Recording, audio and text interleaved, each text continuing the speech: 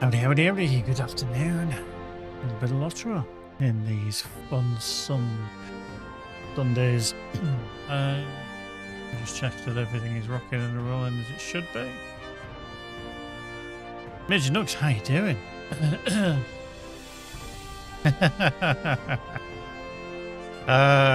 No worries, Midge Nooks. Hey, cool. I hope you're well anyway. Quick chat about a year ago. Cool. I mean, sometimes a cleanse is good. Sometimes you just need to go get rid, start again, start afresh. You forgot your password. Marvellous. Yeah. Couldn't get it sorted. Oh dear. Well, like I say, hopefully you're back and, you know, just watch when you want, when you can and everything. I mean, to be fair, I've not streamed as half as much as I used to be able to. Too much work and life going on, so I stream when I can, not as regular unfortunately, but yeah, we will still stream. We still do. I thought I'd just hop on for a couple of hours this afternoon, but good to see you anyway, Major Nugs. Hope you are well, my friend. Hope you're all tickety-boo. Let's get everything rocking and rolling there. Good. Marvellous. Right, let's get loaded up. Let's get Farkoff in. Let's see what she's up to. Hopefully everything's tickety-boo in Middle Earth as we left it. Fingers crossed. Let's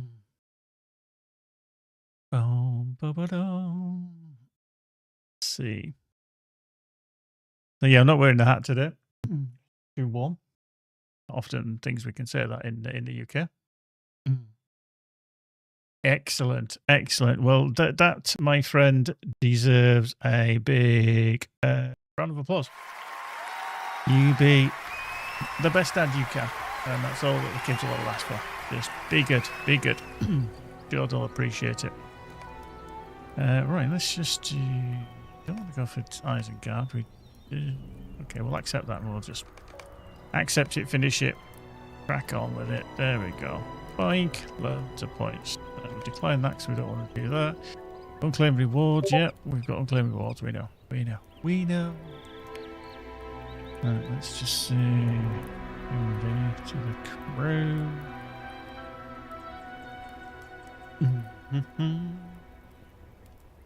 Right, open silver for free and open gold for free. It's not too bad, that's not too shabby, to be fair. We'll take that. Let's open that up. Fireworks. Forgot about these Hobbit fireworks. Yes. Okay, so let's just do that. Let's just... Oh, no, we don't want to do that. I just want to throw them away. So let's put that there. Okay, there we go. Right. I mean, I get the XP, but it always gives me the bloody fireworks. I don't want the fireworks. No, Major Nugs, they're still adding to this game. Still adding to LOTRO.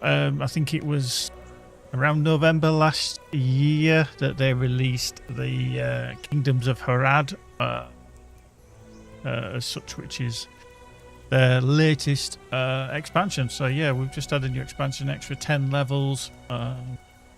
I've not been playing, to be fair. I've just been well out of the loop myself, so yeah, it was kind of you know, I need to jive back in. So I eventually got the new expansion and everything. So yeah, it's yeah, Kingdoms of Harad is the latest expansion, and it's just become available for LOTRO points. So I had a lot of LOTRO points, and do you know what? The thing with LOTRO is I've been playing it for so long that I won't say play it with my eyes closed, because that's not really true. But it does mean that I can jump in and out a lot easier. What I have been playing a lot of is Crimson Desert, but even that has fallen by the wayside. Not through any intent on the game's part, you know, it's not like I've got bored of it or anything like that. I just real life's kind of got in the way, and work and demands and everything on that score, so I've had to kind of, you know, not play as much. I just haven't been able to play. So yeah, it's all good. So yeah, new content, which is what we're kind of investigating now here down in southern, well, I say southern Harad. We're kind of here. So we've got the Valley of Ikorban, Umbar, and down here as well. So we are kind of in Harad area. The Mordor there, Gondor up there, etc. So yeah, that's the world as it is, as we know it. So yeah, and I believe they're looking to kind of move back further north for maybe the next expansion, because for quite a few, I'm going to say years now, I'm going to say at least 3-4 years, we've been either like the Shield Isles, because they did the revamp of Gondor, like post destruction of the ring, and then everything was coming down here to Haradwaith, Shield Isles, Umbar Bell, and then the expanded outwards to the Valley of Akorban, but then they've now gone down here into the Ridge of Plenty, etc. So yeah, we're in and around here now. Just trying to get to 160, but I've not played a lot, so I'm a little bit behind. Although I'm probably over leveled for the area as well. So there's lots to do. We got to here. Oh yes, this is the camp, isn't it? Yes. Okay. So I had to remember where the hell we got up to. I totally forgot. So that is 12.7. So we're kind of trying to kick along the main storyline here as well. By the way, if you do watch over on YouTube, quality can be okay on there. Same on Twitch, but I do upload the VODs a couple of days after, and they're all in glorious 4K. So yeah, they're all. Now I've got speedy internet, I can do all this uploading stuff. So, because I've got like 2.5 gig up and 2.5 gig down. So when I've done the render of the videos, always good.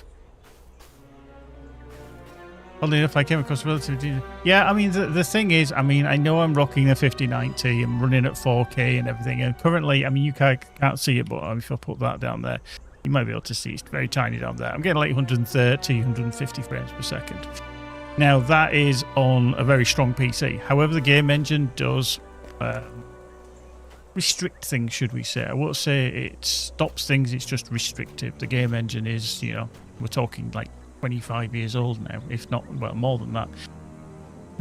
The base of it. So, yeah, it's still looking good, I think. And, yeah, we're in there, the wastes of the southern Harad region, which does look rather splendiferous. So, yeah.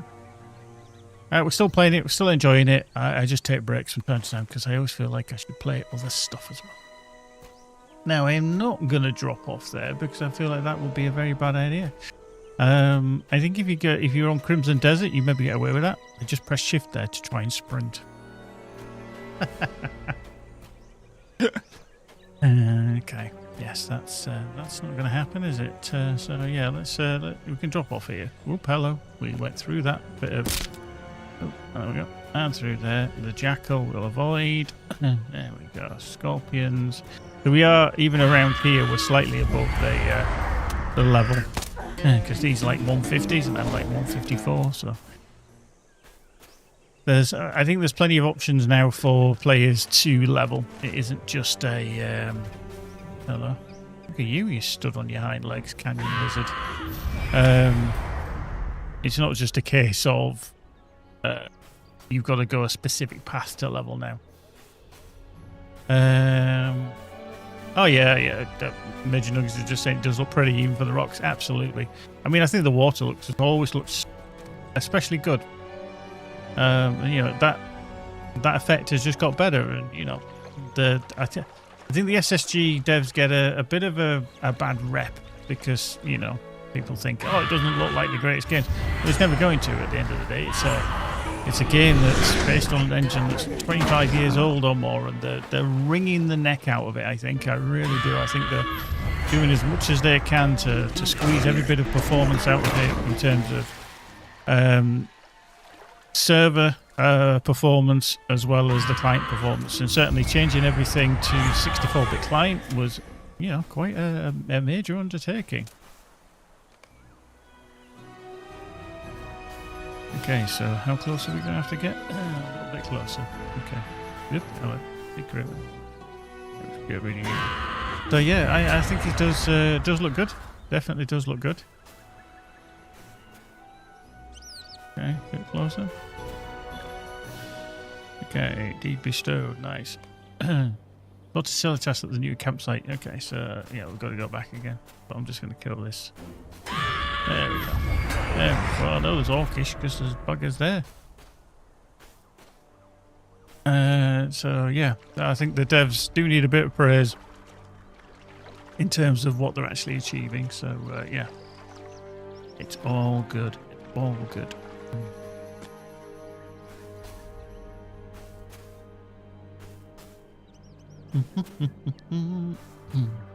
Whoop.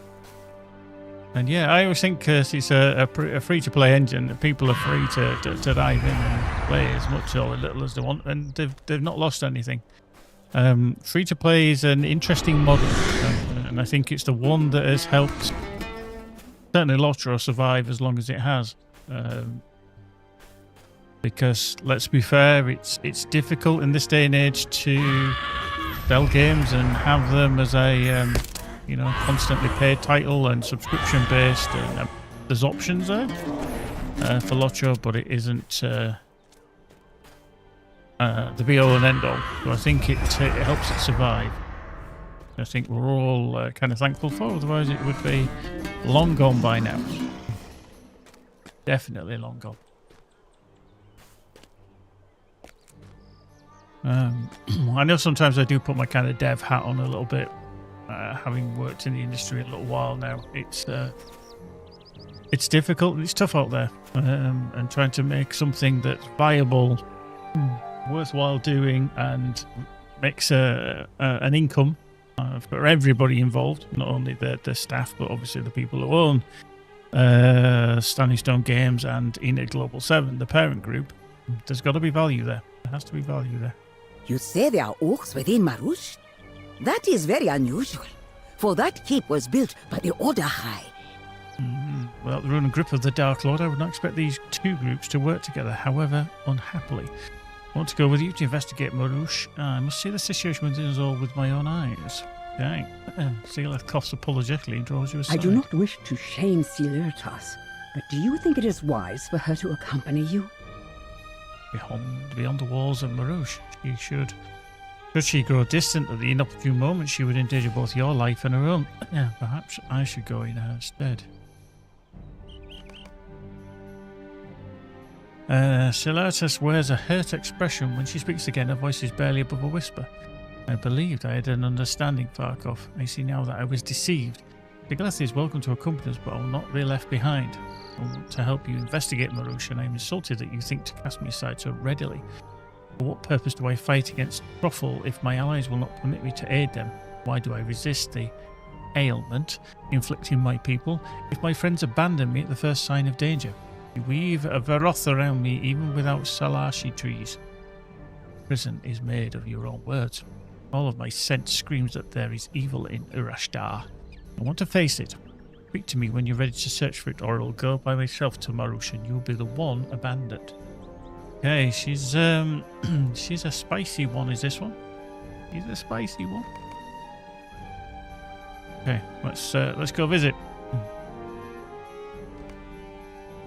We must be careful. Marush crawls with orcs. Marush crawls with orcs. Something drove the Ordekai from this place. Was it the orcs or was it something else? We should be careful, but we must learn these answers if we can.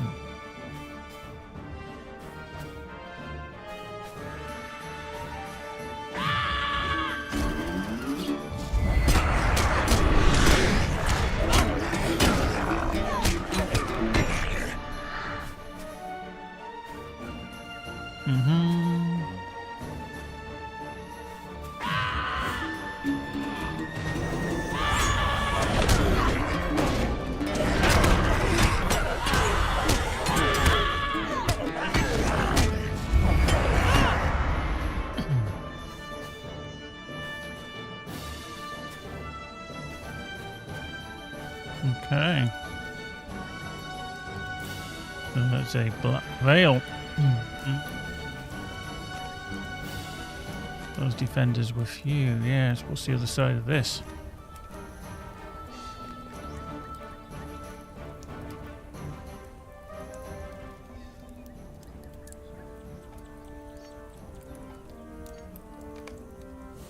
And they did.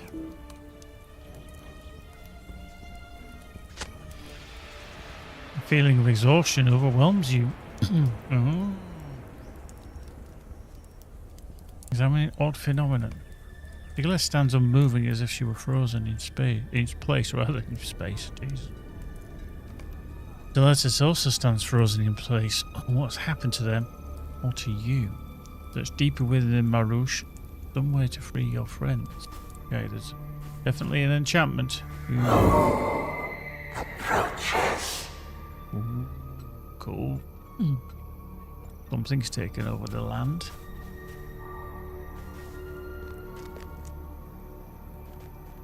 You up the stairs? Over here. Cool.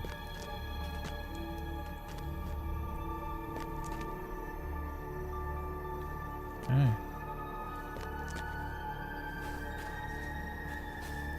Going to be in the camp, in the tent. That'd be a no. Closer. Okay. Who the frick are you? And who are you worshipping? We slept, but now we awaken. Ooh, an imposing creature. Who are you? The creature is more imposing than the other orcs you've encountered. Does it lead the orcs?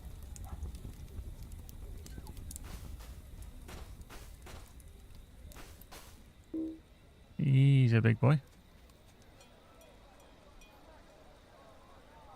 Examining odd phenomenon. Great weight lifts from your eyelids. Back off, are you alright? You appeared to swoon for a moment and you responded to nothing. You asked Sigala if the she or Silatis heard the terrible voice that spoke to you or saw the large and fearsome orcs. Both elves shake their heads. You were dazed for only moments, Farkov. How could you? Sigala's voice trails to nothing and she suddenly looks past you to the south. Someone approaches. Miss Randir. Over here! There is no time! Okay. All getting a bit tasty. I'm liking this,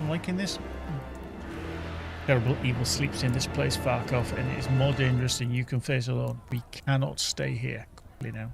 Flee down the slope to the south to escape. Go! Rouge.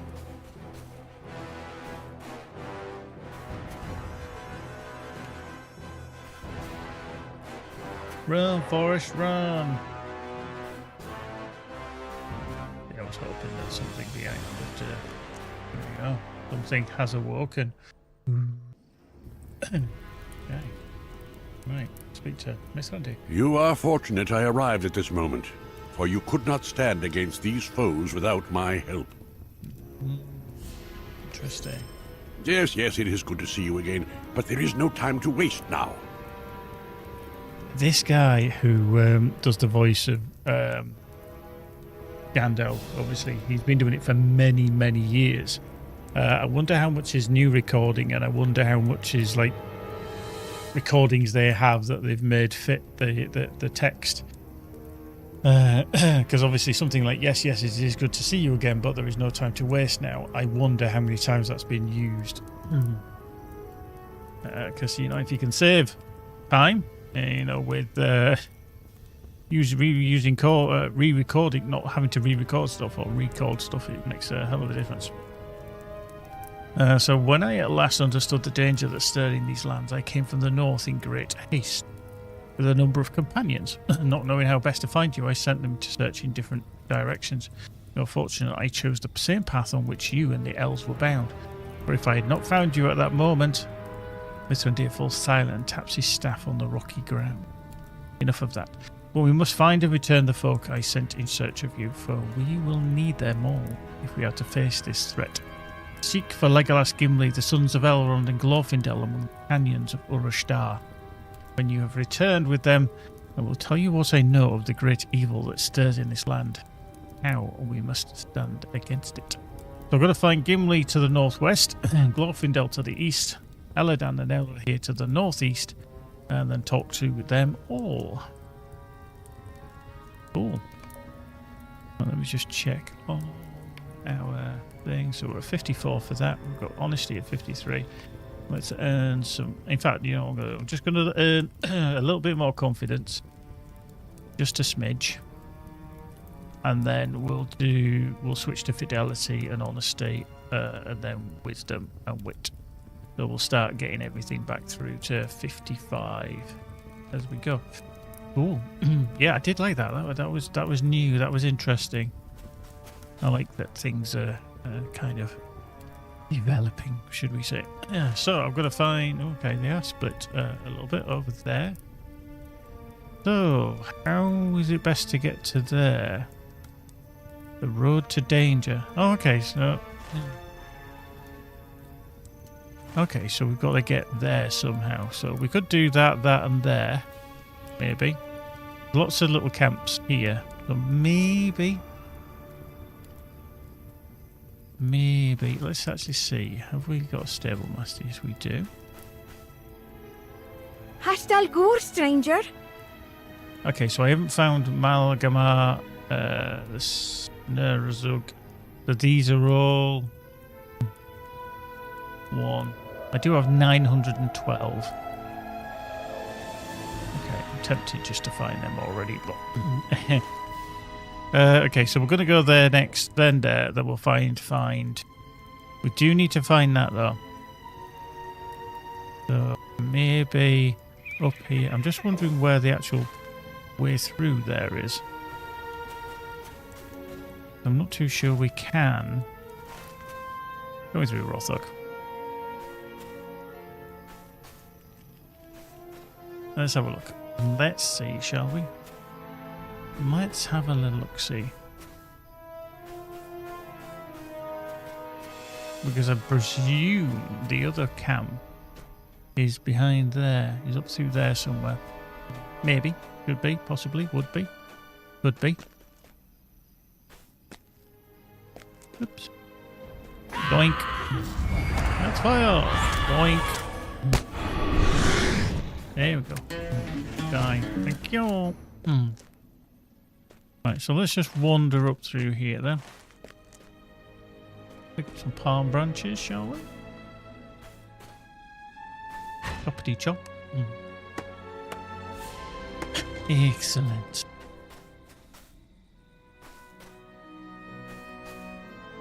Well, let's get rid of you.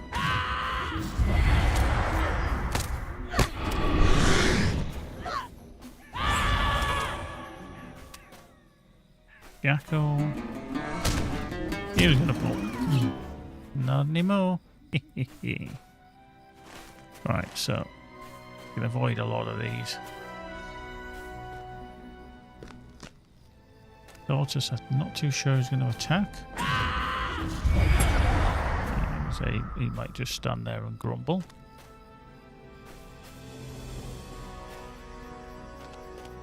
Nice.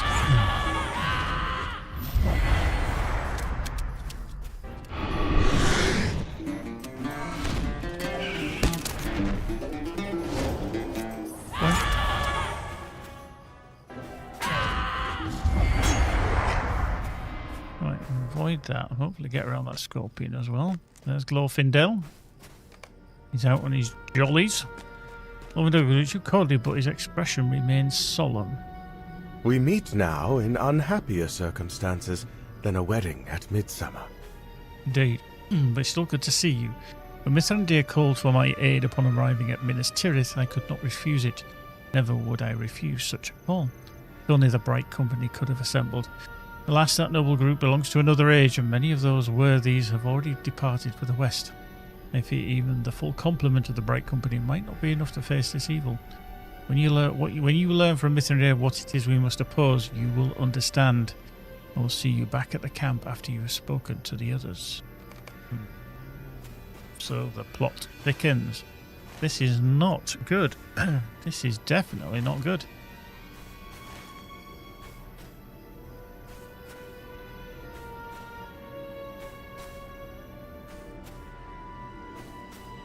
Starry night. Okay. So yeah, we'll drop down here. I think this is probably... Is it Elra here? Yeah, Elra here. Oh, hello. Put that bush there. The bush got in the way. Bloody bush. So yeah, we'll find Eladan and Elra here. We'll probably skip up there, come back down again. Maybe just cut across there and forget that one until later.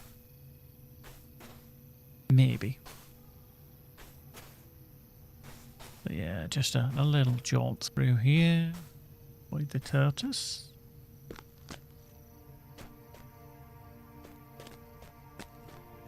Right. Down and down and down we go. We've discovered Sir Akil. Well, the Jerboa. There's a wasp. Let's get rid of this warrior. There we go. An Urashi sandstorm. Okay. Good you. Thank you. Eladan and Elra here look around curiously, intrigued by the rocks or a star. After my brother and I completed our work, we returned to Minas Tirith. While there, we received word from Mithrandir that he had urgent need of us to face some hidden threat. Elisar would have come himself, but Mithrandir refused him, such as we to protect him. I know not why, but the wizard was most clear. Elisar should remain in Gondor, not come south with us. Did you know Mithrandir has journeyed in these lands before now? He spoke of his travels to us. As we came south through Harondor, when he walked here long ago, the people who dwelt in this land named in Inkanush. He spoke too of the Kintai, the elves of the Oasis, who went to beautiful groves throughout the region. Tell over here that one of the Kintai has come with you to Urashtar. I'll be most pleased to speak with her, he exclaims. Right, okay, so that's them two. Right, I feel that we should, if possible, get on the horse. And then travel up here and get that horse route if we can. Let's avoid the wasp. An Utugi Obliterator. Hello. These are still 150s. Oh, hello. Getting a lot of sandstorms and stuff. Hang on, maybe I should cross the water perhaps. To the other side. Okay, that's good. That's good. Liking it. Scorpion. Okay, this. Ooh. Okay, yeah, we've got the bug growth. It's definitely Moria territory, isn't it? Where we had the bug growth. Oop. Okay, Obliterator's coming. Right, come on, let's go.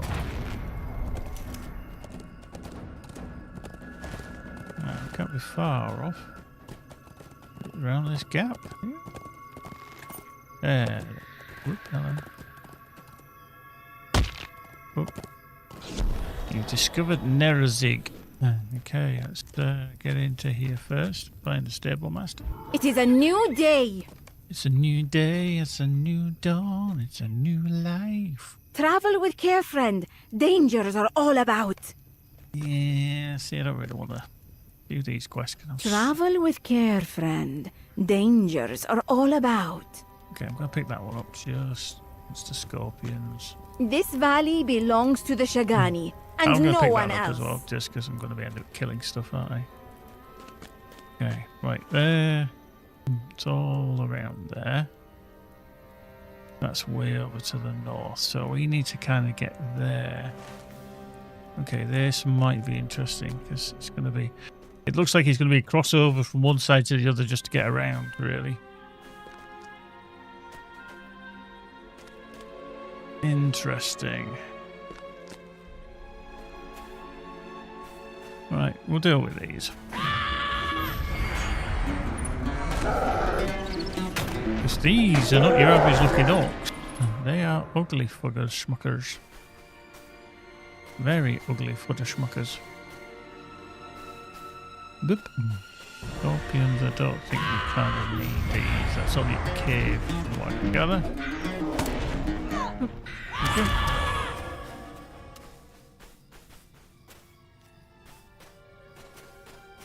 Right, there's another one there. Like I said, we might kill a few of these on our travels, but we'll start them as we mean to go on. Right, okay, so do we Okay. Yeah, what we might do is swing around here, go pick that one, come across to here and maybe there, and then back to this camp. I'm intrigued how we get to this camp. I'm presuming there's a pathway through. But anyway, let's get on the war steed. Let's fly. Let's fly, oh, hello. That's a buzzing wasp and stuff. Damn. There is some wasps there, isn't there? Right, let's tootle. Let's bush on through. Not what we wanted to do. We'll put that tree there. Coming through. Beep beep. The Devastator. Okay, yeah, he's similar. Right, let's head up here. Another wasp, another warrior. Okay, frenzied Kreben. Or Kreben. Right, let's see if we can get along this path. Yeah, the paths are definitely not as defined as in other areas. Ah! Canyon snake. Are you going to attack? Are you going to hiss at me? We might need to cross over here. Whoosh. There we go. Fine. A jackal swimming after me. He's a speedy boy. Definite speed. What? Oh, give over. That's cheating. You can fly, I can't. Well, you messed with the wrong minstrel today, didn't you? You messed with the wrong one. Right. Let's get on the steed.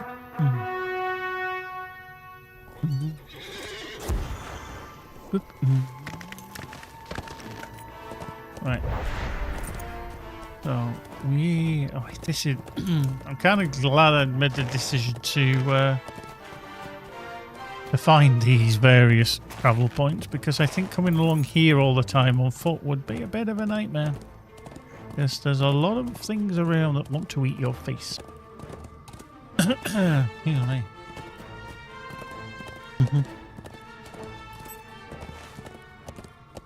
Okay, so through here. Still using the trusty war steed. A little bit easier to handle since the upgrade to the 64-bit servers and the lower latency of being, 17 milliseconds for me, which I think is good considering we used to be at 80 and 90. Right, up here. We'll find this place. Hello. Dengarash. Excellent. You'll find this stable master. Today is a good day. Today is a good day. It's a good life. Greetings, adventurer. What Okay. brings you to the falls of Ilurito? I'm going to pick up that because I want to...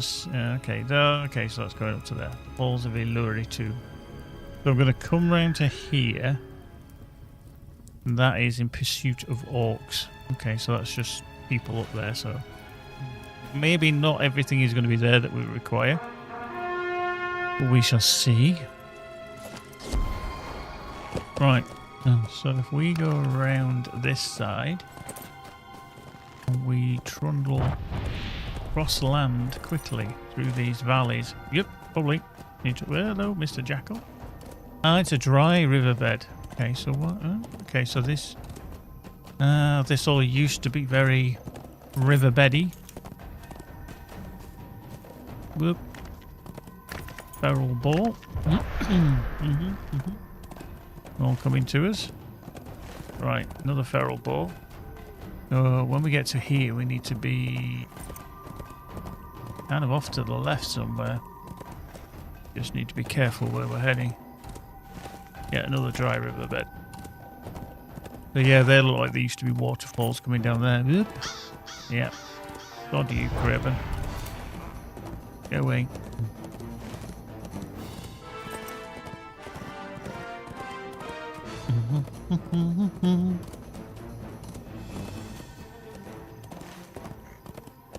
But yeah, we'll head straight to this camp here.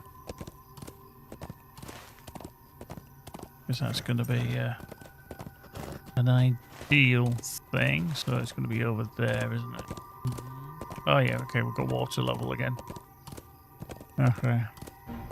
Okay, they do attack. Okay, none of the others up to that point had, so I was thinking I was going to get away with that. Oops.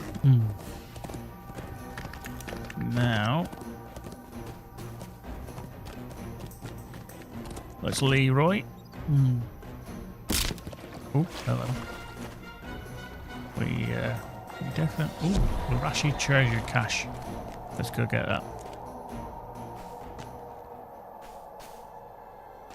Cool. Andy. There we go. Treasure Seekers of Urlashtar. Another one. Again, gives you lots of nice loot in terms of virtue XP. Where is everybody? Okay, over here. There they are. I was like, where are they? Where are they? Found them. Legolas and Gimli greet you warmly. That's not worry. When we left you in Umbar Bahar Bale, I thought it would be much longer before we saw you again. No sooner had we delivered Nimrodel to the shores of Gondor than Mithrandir sent urgent word they are in need of us. Journeys Gimli and I plan to take must wait. Well, it's not wise to refuse a wizard's call.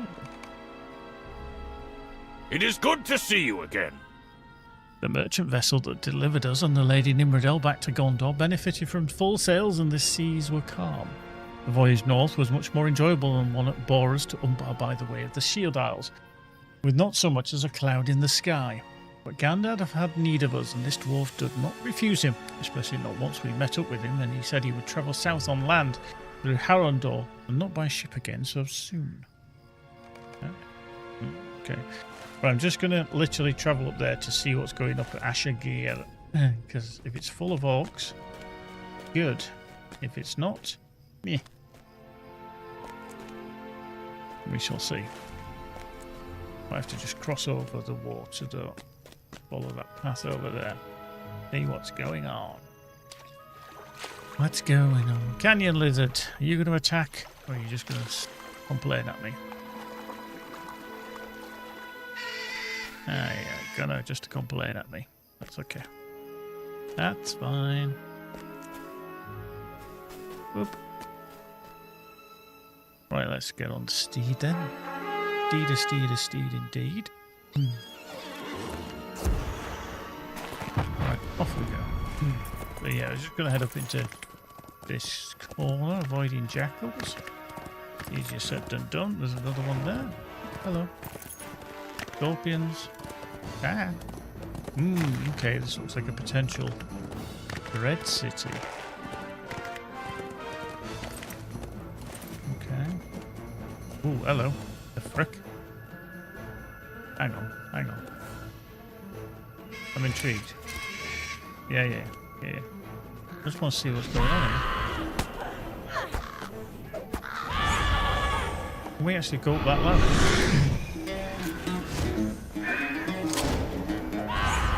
I love how the scorpion just got to the range. Okay, so we can go up here. Okay, this is going to be interesting. Let's travel up then. You have discovered Ashagir. Okay. Is there something you need? Gather wood for repairs. Okay. Oh, hello. Let's drop in half. No. Are they...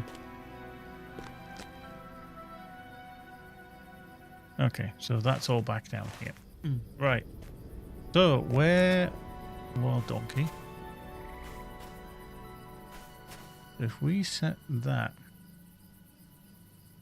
Bunch of raspberries. Are they through here? Can we get through here? Is there literally going to be like one orc or something along here and it classes it as a region to defeat them? Ooh, maybe there's a door. Maybe. Okay, can we get in? Okay. Tunnels beneath Ashagir. Now, this looks like it's going to be Orc Central. Possibly, maybe. Could be. Could be. Wanna be. Okay. Bit worrying.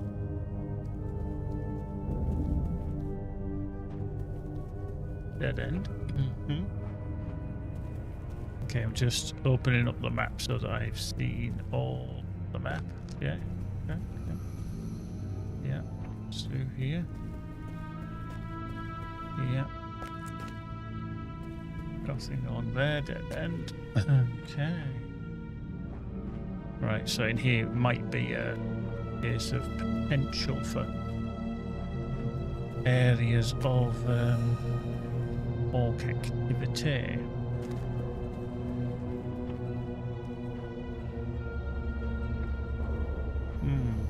Looks like also a lot of potential dead ends. Oh, hello. Well, something's definitely been in here because the lights are on. It was bubbly, bubbly green goop. Okay. Right, okay. So I think maybe if we repair this place... Okay, we can't get through there. It's very annoying. If we repair this place, then it would suggest that our orc friends would appear. Okay. Maybe we've just got to get out of here for the time being now.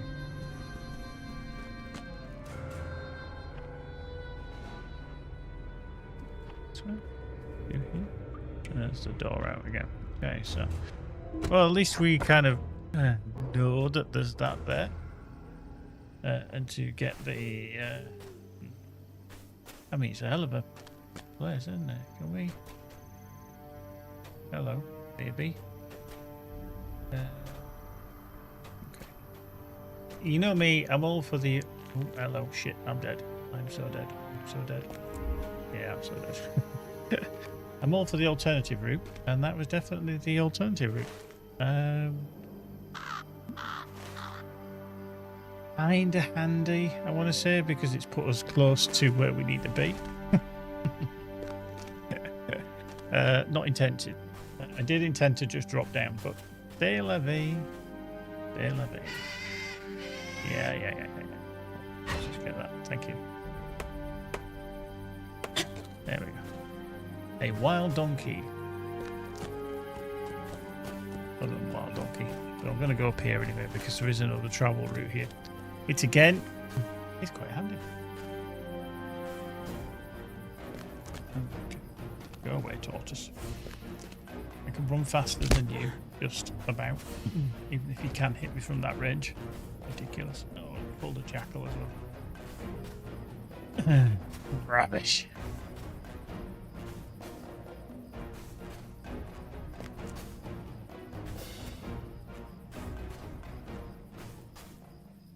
Right, in we go. Let's find the other place. You've discovered Obnishir. What say you, traveler? Okay, we can do that because we're going to kill jackals, aren't we? The husmany of the Night Raiders there. Okay. Guildmaster. Is there something you need? Okay, that's interesting. Why was that? This valley belongs to the Shagani, and no one else. Okay. Now I'm confused, because that's a mission recruit, and it's saying I can travel to Obnishir Swift. But we're at Obnishir.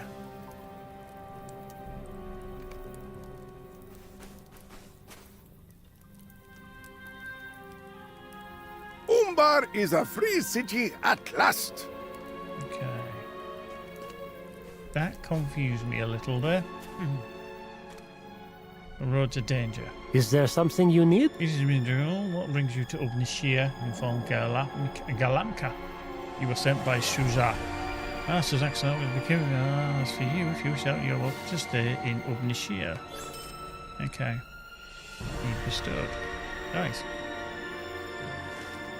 So there is a horse travel route there, but it does appear to be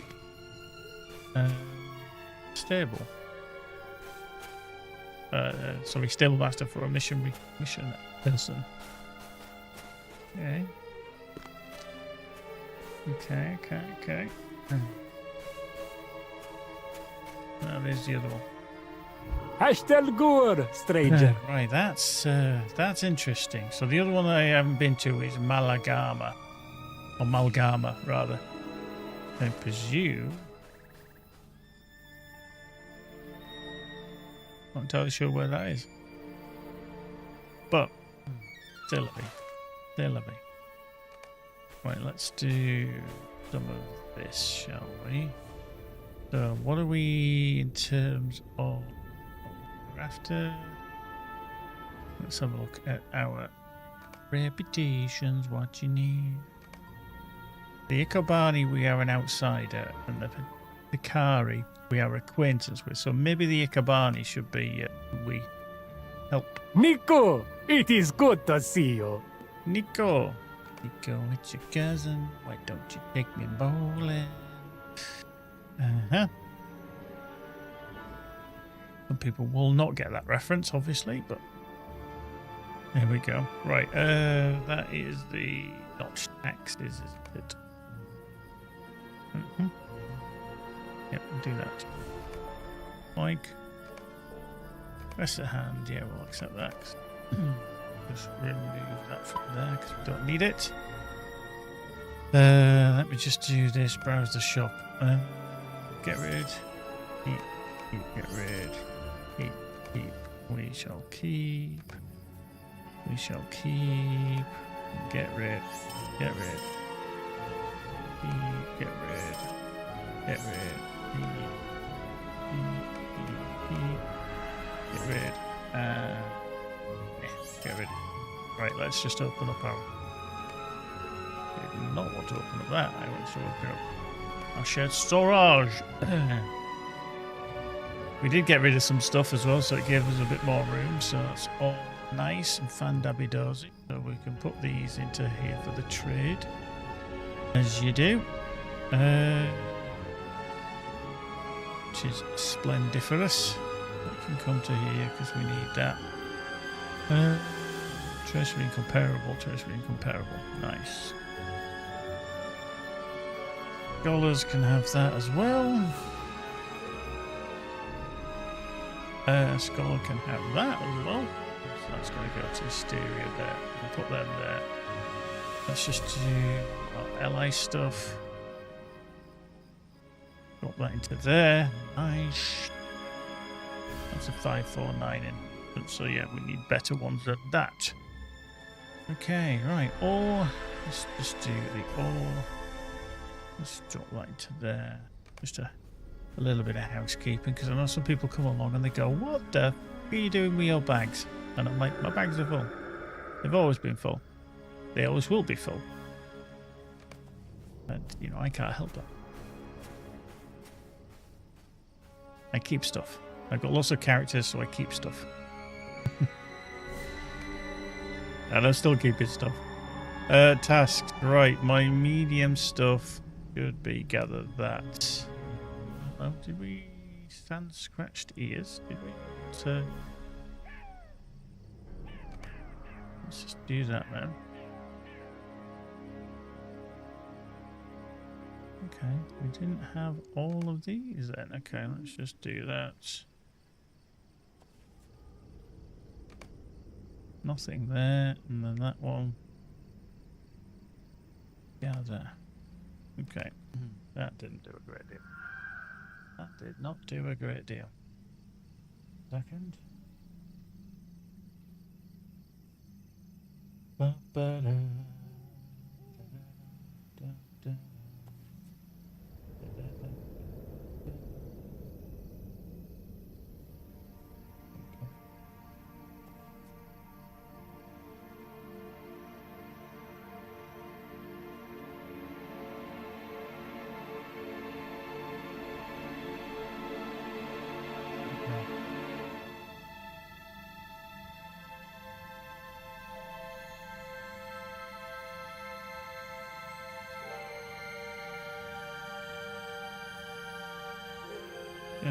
Just give me a moment.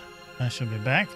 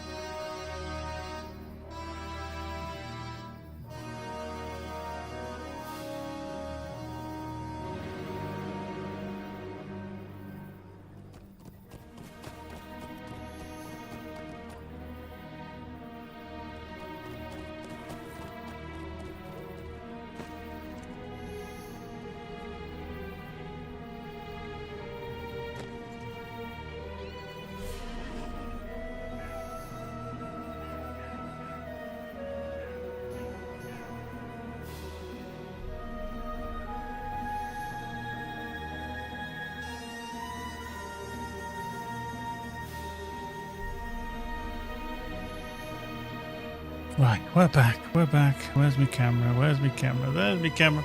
Hey, everybody, Tom. How you doing, elder artist? Good evening, good afternoon, good morning to you. Are you fabulous? Are you well? Howdy. Right, let's just... Okay, I can't gather any more. Rubbish! Right, anyway. Let's see then. So we've probably got a load of notched axes, so we'll just... yeah. Finish now. Yeah.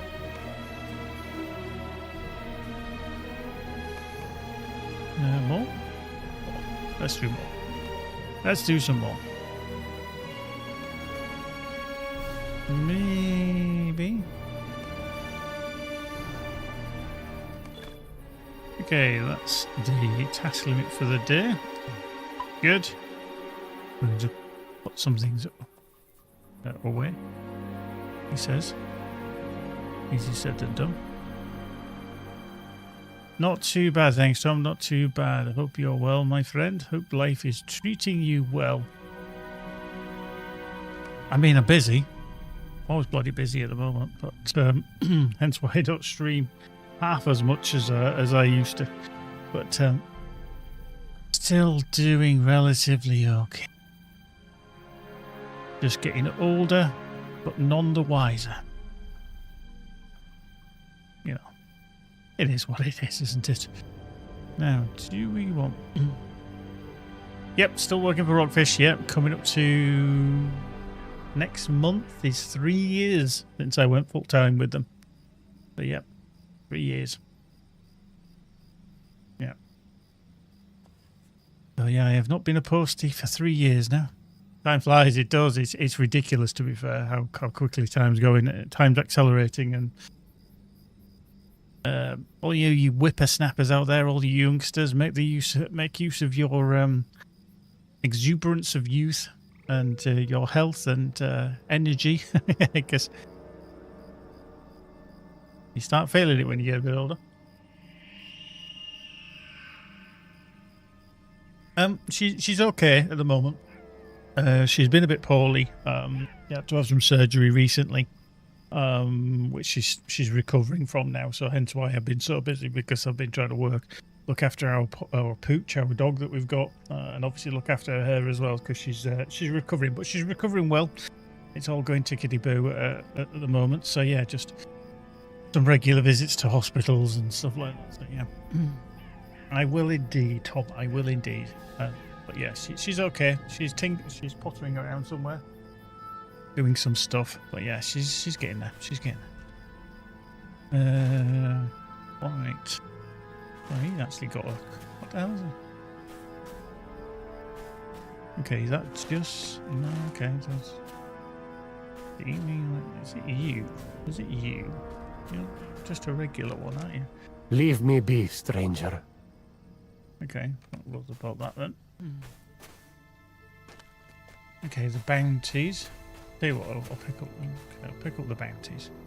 Because you never know what these are going to be like. Let's pick them up. Let's pick them up. And let's pick... Oop, go here. Oop, come on. I will remove them. It's just if I see them, I'll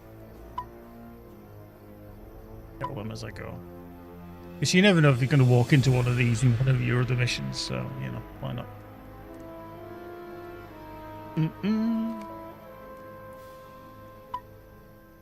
Oh, yeah. Oh,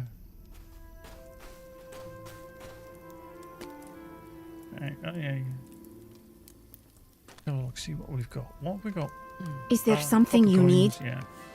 Blah, blah, blah. Serendipitous bounties, indeed. Travel with care, friend. Dangers are all about. See, they're actually better, 526. Obviously not them. I don't want them. But,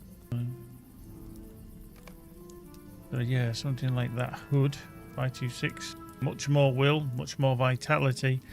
Tactical mastery's up there as well. So, yeah. Okay. Interesting. So we've got choices there if we want to do armor through there. But to be fair, I think we're doing okay as it is. I'm not really worried. was wondering what the mission is that's here. This one is in pursuit of orcs. Okay. So what we should do is we should be getting the horse route back. Because I've just come all the way around here just to pick up all the horse routes. It would make sense to use the bloody horse route, wouldn't it?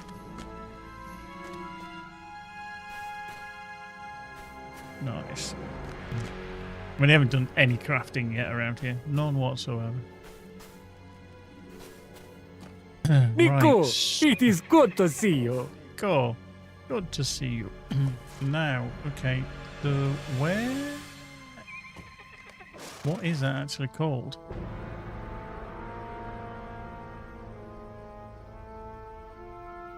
Oh, it is Ilzakur. Okay, let's get that one. 144. Off we go.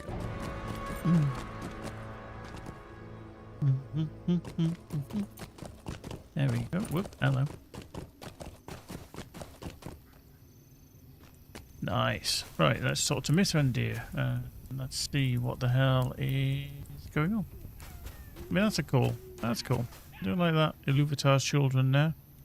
That's a nice outfit. Yeah, I quite like that one. Yep. The companions that came with me from the north have all returned to camp? Good. It is time for me to tell you what I've learned and what must be done to face it.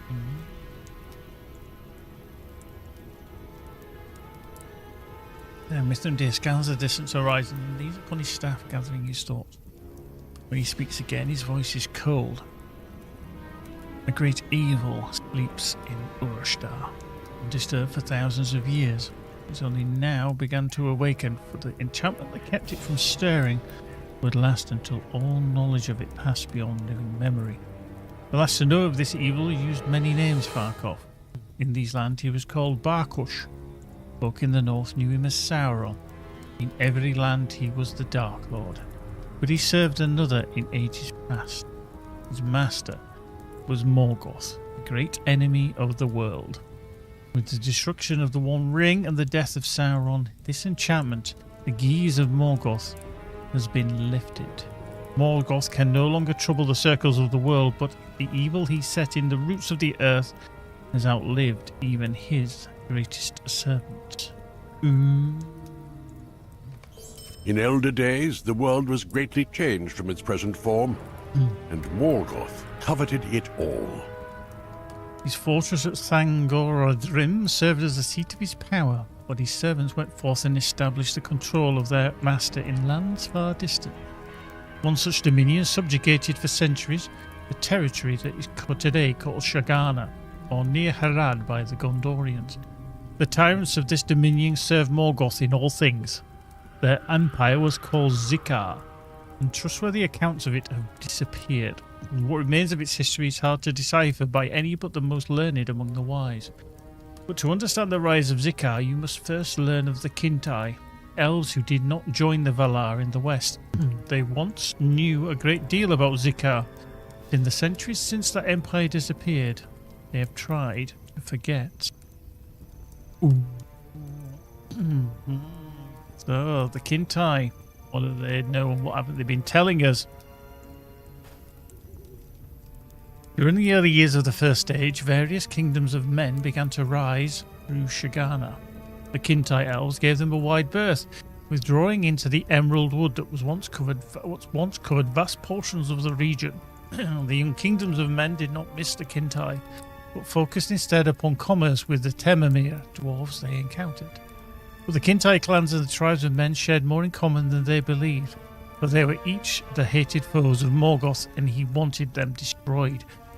His servants reserved particular torments for the Kintai, luring them through guile and deceit into hidden caves beneath the eastern hills, where they were subjected to terrible desecrations. These imprisoned Kintai were twisted into progenitors of a terrible breed of orc, the like of which had not been seen since the dominion of Zikar ended. Ooh, elder orcs. Okay, look at them bad boys.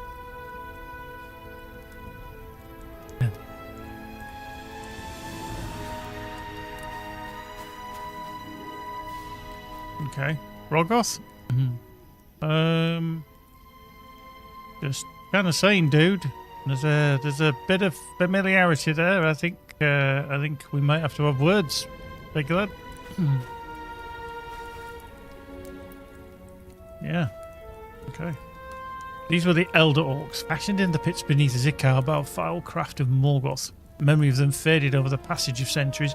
Even the name that was given to them, Utugi, brought the mind only dimly remembered images, unfamiliar and indistinct demons of the ancient world. Oops, hello. Utugi. Okay. Hervoth. I have no idea who you are, but I think you've just said hello to me. Nope, you were speaking to Wave to Harahazi. Okay. Don't think... Oh, yes, you're saying goodbye, aren't you? Yes, you are saying goodbye. I was like, hang on, why is he waving at me? The Utugi possessed a size, strength and cunning that Sauron coveted but could not replicate. The orcs he bred in later years could not match those that belonged to his master, and that deficiency rankled. But the Utugi were not the worst of the evils loosed upon the world by the dominion of Zikar, though they passed beyond all living memory in the years since. These were the Tharduith, seer ones, and they served Morgoth in all things. Okay. I wondered why this kind of person appeared, but they are very elven wraith-like. Look at the ears. Yeah, okay. Okay. There we go. The eldest of the Kintai were twisted and corrupted into the seer ones by rites too vile to contemplate. The Tharduth rose in importance and power until they had become the deadliest rulers of Zikar. Morgoth charged them with maintaining a tyrannical hold over the lands of the east and south, breeding as many elder orcs as they could for his war. When the call came at last, orcs and wicked men departed from the north in vast numbers, quelling Morgoth's hordes in distant Beleriand. But Morgoth's might did not prevail against the combined forces of the elves and the Valar. When Beleriand sank beneath the sea, the Utugi sent by the Tharduth were drowned and forgotten. Following the defeat of their Dark Master, the Tharduth that remained in Zikar feared uprisings by the emboldened men of Shagani. But so too they had feared the reprisal of Sauron, who they blamed in part for Morgoth's defeat. Using all of their sorcerous powers, they set a gaze upon their vaults, sealing them shut, and deeming that their location should never be found so long as any lived in Middle-earth who remembered them. They took what remained of their Utugi deep into their sealed vaults and with witchcraft caused them to sleep, never again to wake while their halls remained shut. Last they did the same to themselves, lying down in the dark depths to await the hoped-for day when they could return to the living world above. The grim Southron. Okay. Memory of the Utugi and the Tharduth dimmed. In time, only the very eldest of the Kintai surviving in Shagana remembered those servants of Morgoth. As they began to fade in the manner of their people, those memories vanished with them. But Sauron remembered. In the ages that followed, he sent his servants to seek the hidden vaults of the Tharduth, hungering for their power and the secret of breeding anew the mighty Utugi. The Nazgûl searched for the seer ones, but they searched in vain. The Geese of Morgoth remained effective. Sauron despaired in ever locating the lost vaults and turned his attention and his cunning to other matters. And there's Sauron again. Here he is. I believe now that Sauron could never break the Geese of Morgoth for so long as he remembered the Tharduth. The enchantment of the seer ones could not be undone. But then, most unlikely of events transpired. Frodo Baggins accepted the quest of the quest of the One Ring. Sauron's ring was destroyed, Morgoth's greatest servant perished. The Tharduth passed beyond the memory of any who lived in the world, and the seal upon their hidden vaults was broken. Sauron was gone, but the seer ones, servants of Morgoth, his dark master, were loosed once again upon the world. If only I had learned this before now. The deathly spirits of Thringwath knew of Sauron's rivalry with his banished master and of his search for the unknown powers Morgoth left behind, but they were slow to reveal things to me. From their speech and from evil runes carved into the very foundations of Mordor, I have pieced together this very tale. But the learning came slowly. Too slowly, Farkov. When I understood the magnitude of this threat, I returned to Minas Tirith with all the haste Shadowfax had to give. I sent word to our trusted allies, and our lean band hurried south through Harondor with utmost speed. We must fight, Farkov. We must fight this legacy of Morgoth, or the Seer Ones will restore the dominion of Zika and bring about a new age of darkness in Middle-earth. Ooh. So we can get the hood. Ooh, that's a nice 700 upgrade in armor. It's a 500 upgrade in vitality. Crit rating, we'd lose, it's a doubling of will. We'd lose finesse and we'd lose tactical mate, but we can put an essence on there, so we'll put that on. And we ding We will to not cower 155. before this threat, no matter how deadly the foes arrayed before us. Have we not powerful allies of our own? When I walked in this land many years ago, the folk here called me Inkanush. Now I call upon my memory of their language to name this camp Ilzagkul, the last barrier against evil. From here we will prepare our defence against the Tharduth and the Yuchugi they created. It will have to be enough. Speak to our allies here at Ilzagkul and devise a plan, Farkov. Well, I feel like you're going to devise the plan and I'm just going to pick my nose while you decide. Okay, let's decline that. Let's decline that as well. So there we go. Did we ding? Yeah, oh, Christ on the bicycle. That put us to 56. Oh, hang on, let's get fidelity on the go. We need to get these up and running a little bit, don't we? Nice. Right, anyway. So we've got Rothorg. Yeah, we've got a few that we need to speak to. But Rothorg, you're looking a bit dubious, like you are related in some way, shape or form. To certain others that we're kind of coming across. Right, I'm going to put that on because that's going to give us that. So let's just do this. So we want a basic essence, which is tactical mastery. I think that might be a doozy. Can we put that in? Let's plug that in. Oh, hello. Yeah, there we go. Nice. So that's going to give us a little bit of a boosty McBoosty, Chrisaka boosty. Let's have a look at our reward track. Claim, claim, claim. Okay, I need to not open that, I think. Because...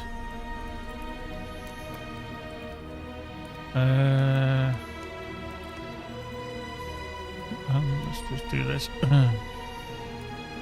Let's just do figments. Yeah, okay, figments of splendor. We've got 1,000. So I've only got 600 to play with. What was the other that you get? Embers. And I think I'm capped. Yeah, I'm capped on embers. So I really don't want to open that yet. No, let's not open that yet.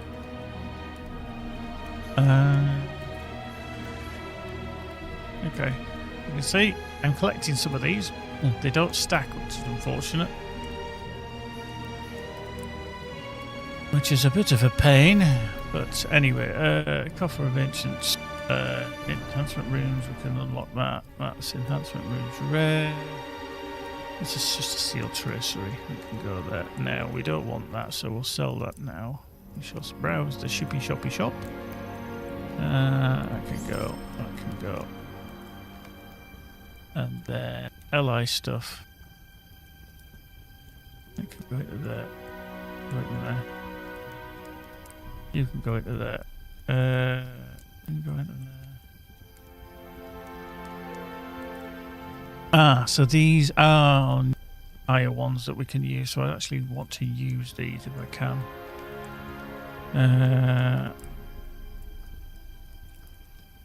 Let me just do. No, let's just do that. Let's just do this. Markov's foil. That's a 560. Okay. Now, interestingly, do I have a... No, I don't have a reforge yet. Okay. Let's do this. No, wrong one. The right click. Control and right click. No, shift and double click. That's the one. I always forget that. Shift and double click, so Okay. So that gives an enhancement limit of 599. But I think... what's the other one? That was a lesser one. That's a 549. So... okay, so like skill induction speed here, I could use them, couldn't I? Let's just drag them to there. There, so they're 549, which are lesser. These are 499, which none of these are. So this one here, it's an older one. Okay, it's a max 160. Okay, so what I could do is... so put that into there. That's going to be us 50, isn't it? Let's just do... oh no, I can't. That's going to be single, isn't it? So it's going to be take us up to 529. We're going to increase the physical mastery. That's fine. I keep forgetting this. So let's do this one as well. That's going to say you can use 10, which would take us 20, which is fine. Oh, hell no, we don't want to do that. I really wish that we could move this up a little bit into there. There we go. That's capped on that one anyway. That's fine. How's the eagle? We're going to plonk onto there. Yeah.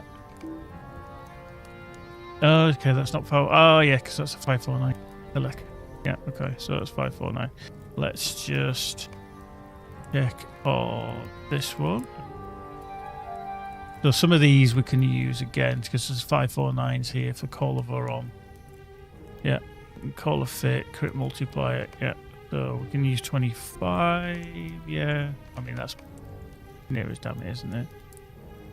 But what we'll do is we'll do that. So it'll be okay, 548, and then we can use that onto there. We'll just use the 3 there. That gets rid of some of them. Nice. So that Hildred Eagle, single target attack. Them. So we'll use both of them. And then we'll use both of these. Yeah. And then we can use both of them, and that will cap that one to 560. Okay. Nice. That's not too shabby, was it? Not too shabby at all. Yeah, there we go. Right, let's just undo that. Let's just do that. So yeah, we've got... that's what we would look like, but obviously we're cosmetically looking like that. Ooh, this is a bit winky wonky, isn't it? Never mind. Okay, right. Let's speak to Rothog. The old man that came from the north speaks strangely. But one thing was clear. Rothog bears his fangs in a brilliant and blinding smile. The orcs we've seen before now are the merest imitations of a stronger and larger breed, the Yatugi. I'm eager to test my combat prowess against these foes. If they are similar to the warriors who fight in Dahal Huzil, they will attract smaller and weaker orcs to them as servants and thralls. The force of their presence will draw other orcs to them, bring the battle to these weaker orcs, and we may catch the attention of these Yatugi. I hope it will be so. Right, let's speak to Glorfindel. Clever fella. On the ride south from Gondor, Mithrandir spoke to me of the Tharduth and the Utugi. I knew them not, Farkov, for when the dominion of Zahir was at its height, I was far away and otherwise engaged. The size and scope of the danger posed by Morgoth to the world is difficult to convey. When later I learned of the breaking of the Thangorodrim and of his defeat at the great battle by the post of Valinor, Glorfindel falls silent, lost in distant memory. I knew it to be true, and still I could not believe it, Farkov. He is gone and can never return. The seed he planted in this land seeks to burst through the crust after years of lying dormant. Cannot but affect the creatures here. Perhaps they will all tell us something of how to combat this waking evil. Will you gather the teeth and claws of jackals and Creebane within Urashdar? By studying them, I hope to learn something of use. Okay, and Voltec, where are you? Oh, you're there. You're always hiding somewhere. The Wizard of the North weaves a curious tale. But I have seen little evidence of these creatures. But have so frightened him. We should keep our attention upon the purpose of the brought us here, the pursuit of Azagath and Nekasi. The map they stole may have directed to them's location within these canyons. This was once part of the kingdom of Hamat, before it was conquered by the Ordakai. Or the Ordak, and they may have searched for the once mighty fortress of Ashigir said to remain here. Just found it. While you were visiting the elves, we spoke with a scout who claimed Azagath alone crossed into Urashtar. That may be true, but I caution you not to lower your guard over much. We must search the canyons carefully, for Nekasi may remain hidden from our sight, waiting for a moment. Right. I do not wish to leave this camp without reason, for she may think to attack our former allies. We remain with the kindred of the coins. Still, we must search these canyons. Voltec raises his hand in a gesture of sudden realization that feels quite artificial to you. I have it. I'll give you a parchment, and when you find the entrance to Ashigir, you can draw me a map of the location, and I'll be able to go straight there, minimizing the risk of ambush by Nekasi. It's a good idea, Farkov. Ashigir is said to be somewhat to the northwest. Already found it. Okay. So we pretty much. So that is killing orcs, collect teeth, collect claws from Creebane, and find a good place at which gets Coltex map to Ashigir. Now we know that that's back up there, isn't it? Okay. Looks like we've got a few things to go look for then, haven't we? Exceptional. That is my vicious songbook. Yes.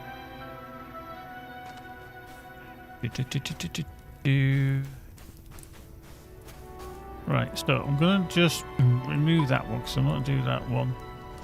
That might give us a little bit more. So the blue one is in need of pelts, which is just over there. So we can probably go there, get the teeth. So I think what we might do is we might head there. So let's head that way, shall we? Yeah.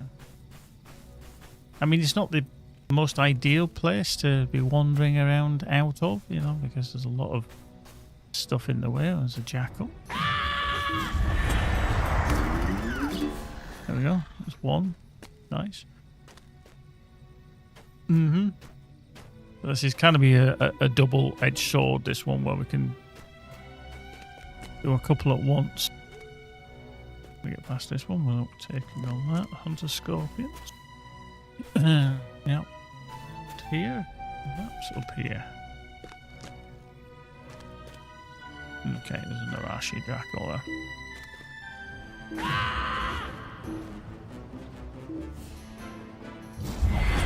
There we go. Okay. Nice. Excellent, Smithers.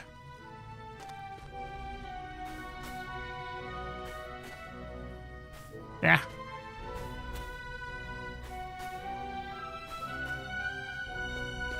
Hamster.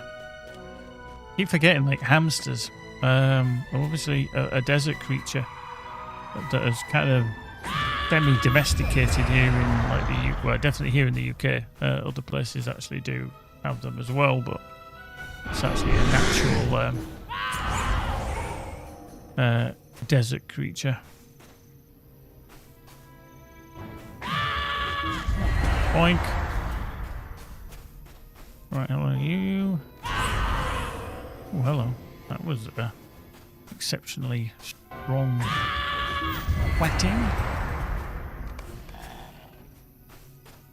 Good.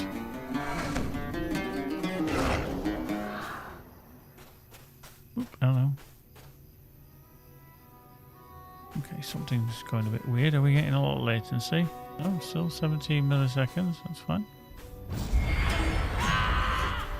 Okay, so that's jackal teeth done. But we still need some more pelts. So that's fine.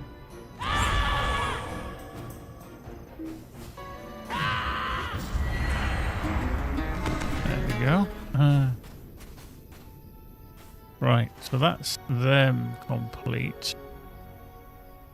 That scorpion extermination is over there. It just seems to be.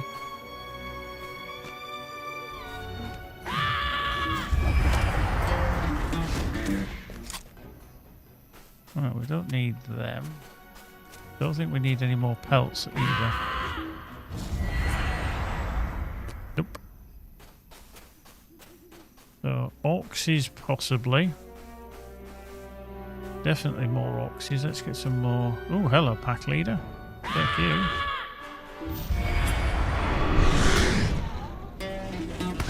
There we go. That was 2 for 1.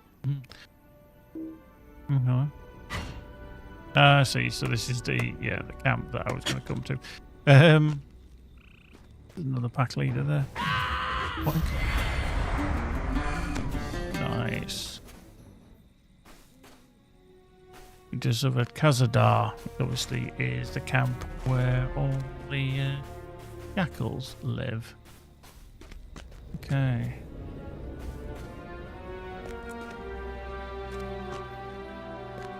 Oop. Nice. There we go. Okay. Okay. Kill you. I burnt the tree. Nice. You. Okay, so we need 10 and we need 18, so we still need quite a few. So we'll just get rid of all of these. Boink. Nice.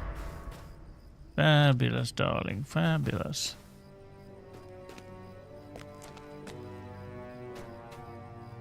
Okay, there was some big boys down here, wasn't there? Let's see. That's a Jerboa. The big... Oh, yeah, there he is, a Devastator. Yatugi Devastator. Where are you going? Come on.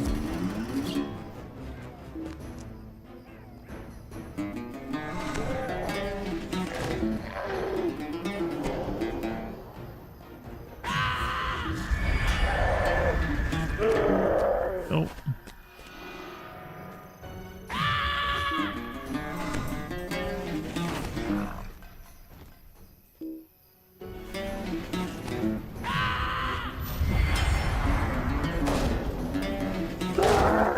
Nice. Any more? Or was that just a small group of them?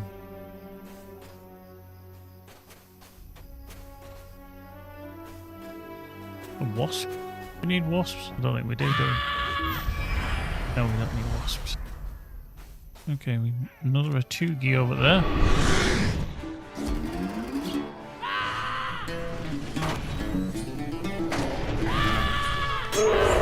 Nice.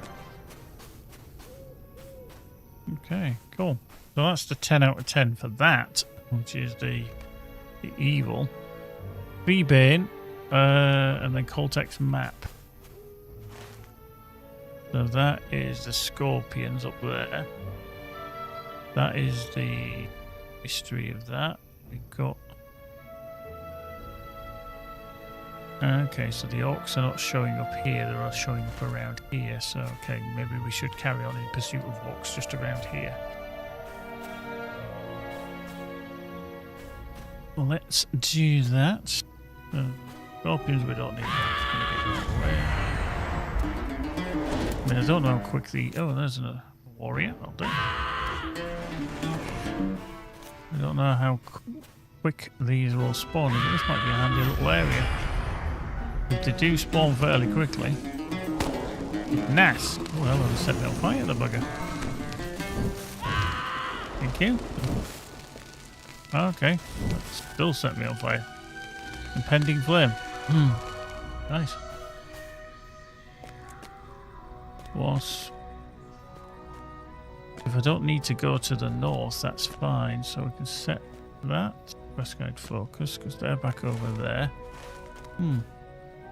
Let's see how quick these respawn. Because I need 4 more. There was definitely more than 4 around here. See, this is the handy thing when you come into an area much later than everybody else. You know, late to the party, should we say, in terms of picking up the expansion or whatever, you kind of get free reign. It can always be very problematic when a new area is launched. Ooh, there we go, he's back. To actually be able to kill some things because everybody on the dog is trying to do it. And even though it's an MMO, massive multiplayer, not everybody plays together in a group. So there always has to be a decent spawn.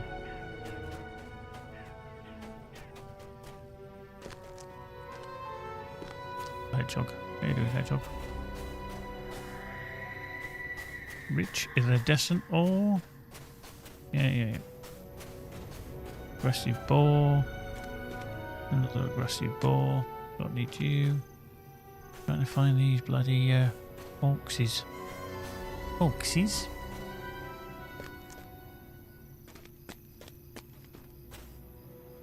Oxes. Wasp. Okay.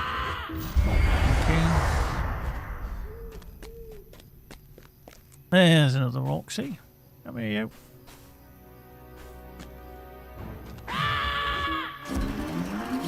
Okay, pull the wasp.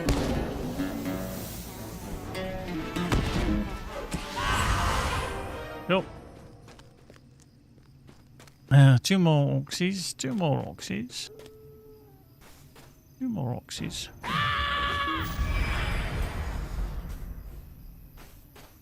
Okay. That's a wasp. Oh, it was a leg of it all. The bloody wasp. The bloody wasp, mate.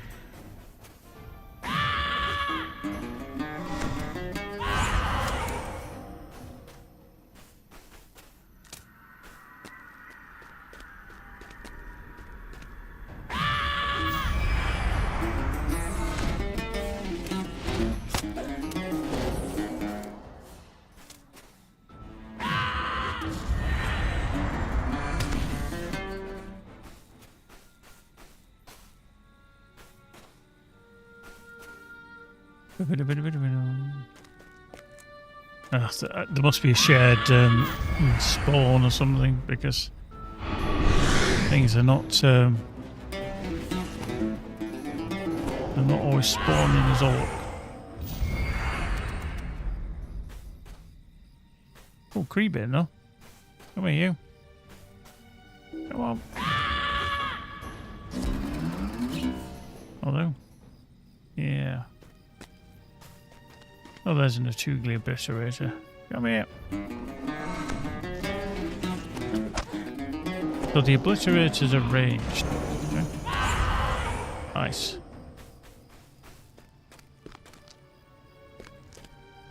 Where are you? Ooh. There you go. Another obliterator there. Boink.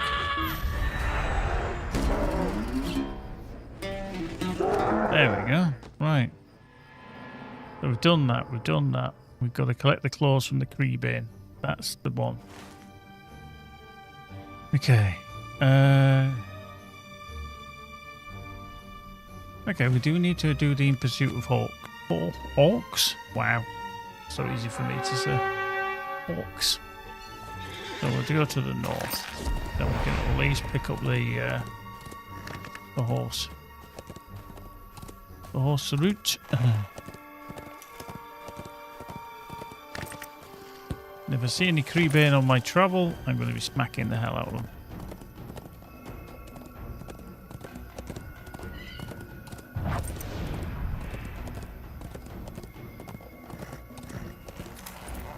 I mean, I could have just travelled a bit further on to find more orcs, but I don't think I'd have found enough.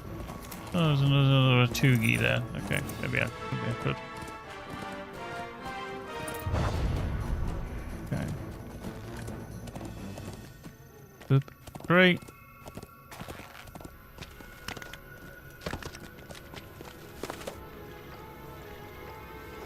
Okay.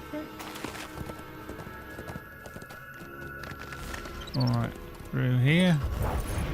We can hand in this quest, because this is one of them that we picked up, wasn't it?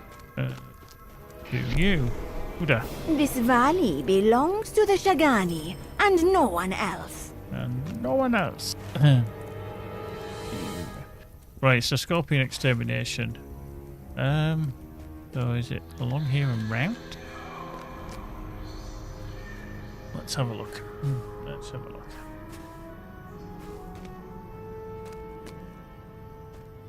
Presuming it is.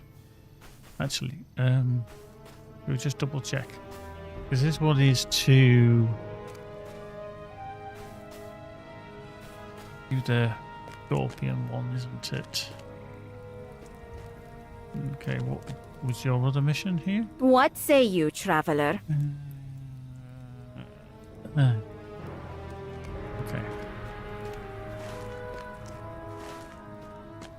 Okay, find berries.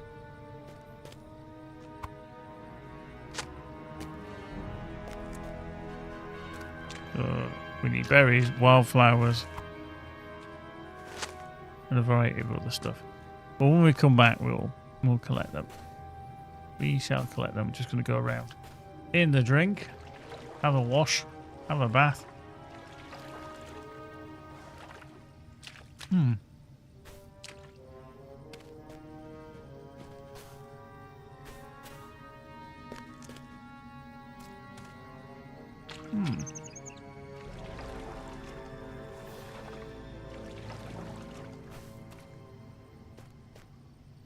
I definitely need to be up there, I think. Which is a bit of a pain because I've got to go all the way along here. Oh.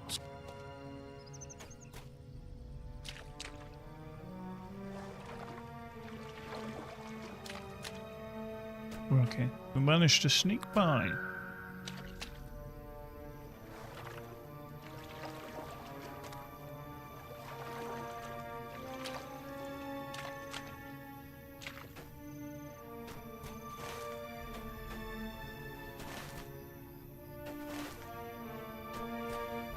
What the hell is up there? Okay.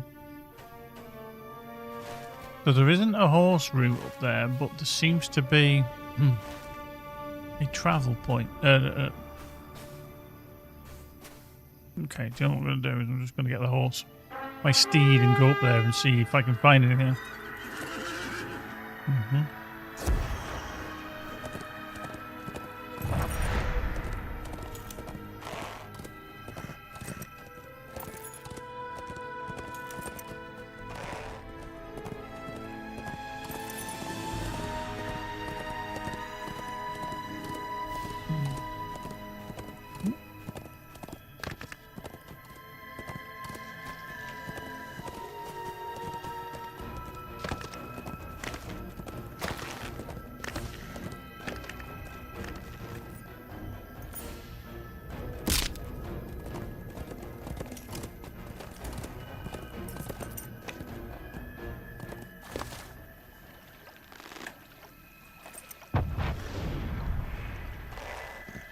Okay, so this is all not too deep.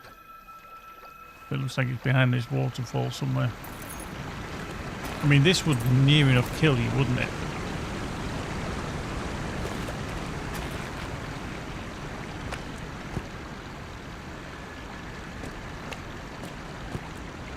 Okay.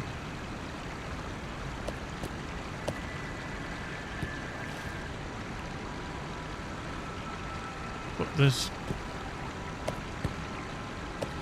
It says there's people here. Okay, so I can't actually go up there. So I can't actually travel up there.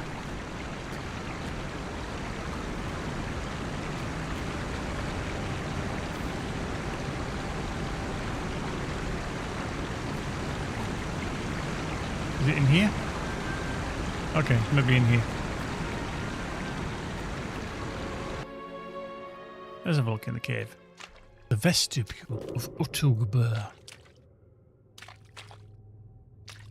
Ah, okay, red is there. Ah, okay, fair enough.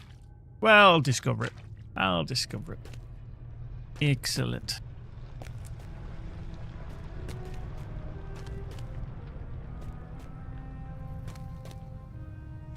Wow.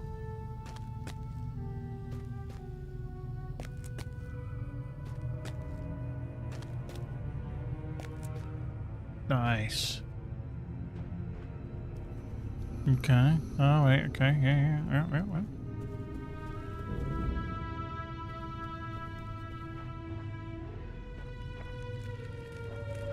Aha. Mustering Horn campsite. Yeah. Vault Keeper milestone. Okay.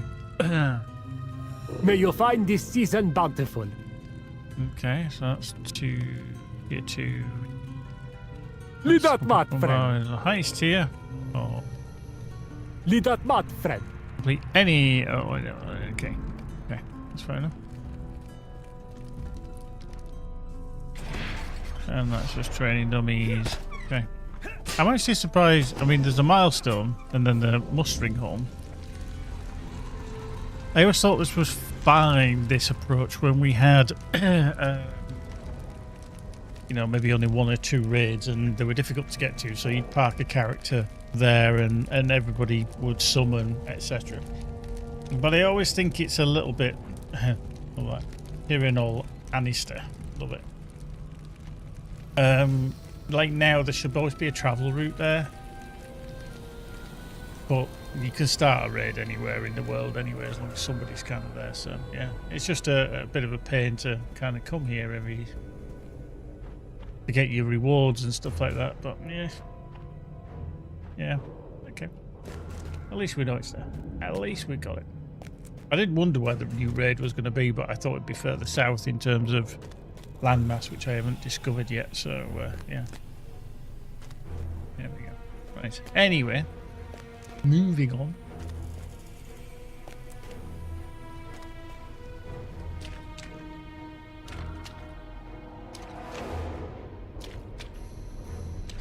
Yeah, I'm averaging about 250 frames per second, which is lovely. Looks nice and smooth. Out here, not as smooth.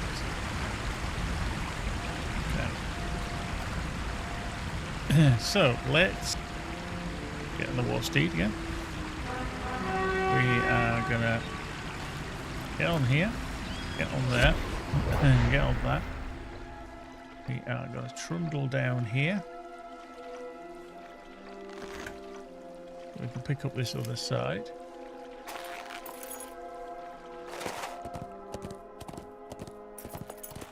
And then at some point we need to venture up onto the sandies. We can find somewhere to get up further along with it.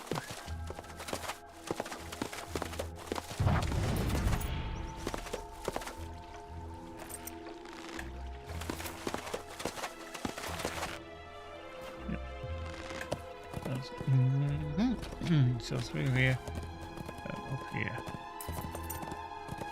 There's a kind of. Oh, hello. Scorpion. Wasps.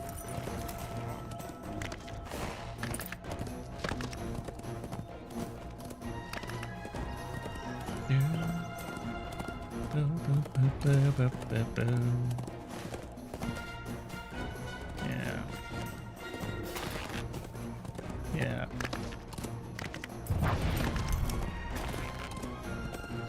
What's over that place then? There's something up there? Am I missing something up there? I just saw structure through that. Through there. I don't know if it's something that's a point of interest or we've got one. Donkey. Well, donkey. Okay. What's this then?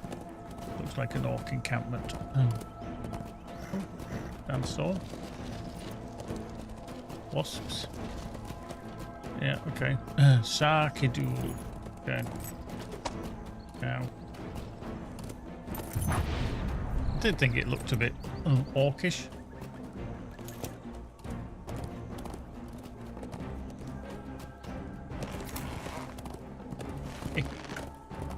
Now, if all of a sudden you get attacked by many, many groups of orc, could be impi goblins because they're a type of orc, and that seems very well planned.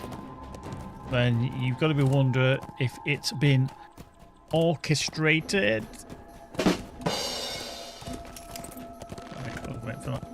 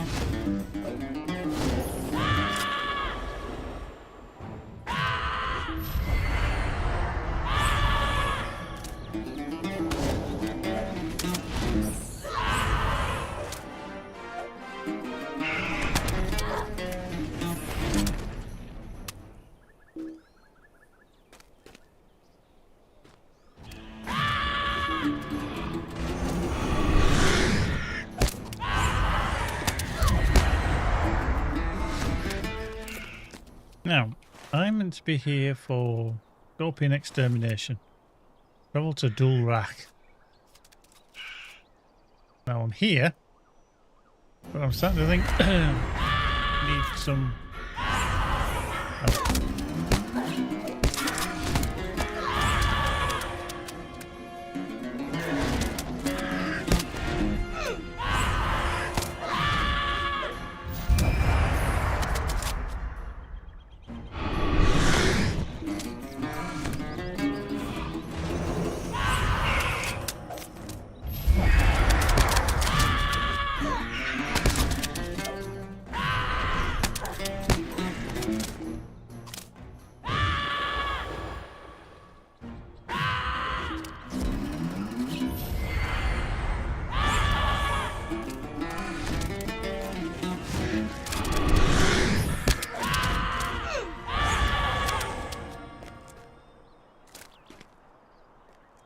Yeah, let's check the code.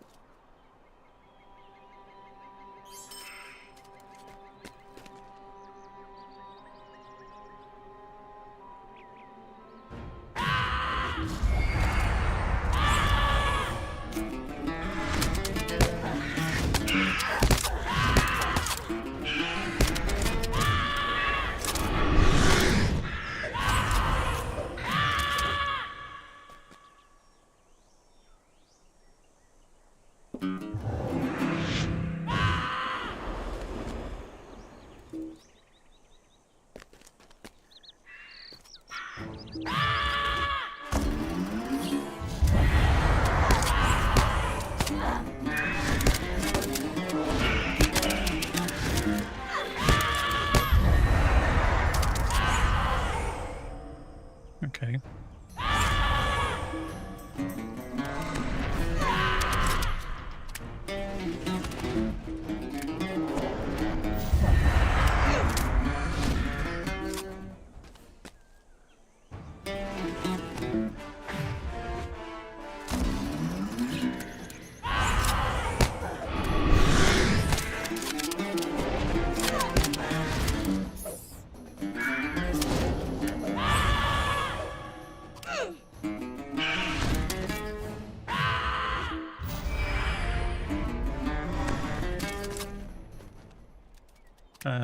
Okay, so now it says I've got to the entrance. I've got to defeat 10 bloody scorpions. It's a bit harsh. Is there another way into this place? And I've come the... I think I have, haven't I? Okay, yeah, there was two ways in. So you came in that way or this way. Okay, I've just killed all of these. And then lo and behold. Yeah, okay. That's an awkward one.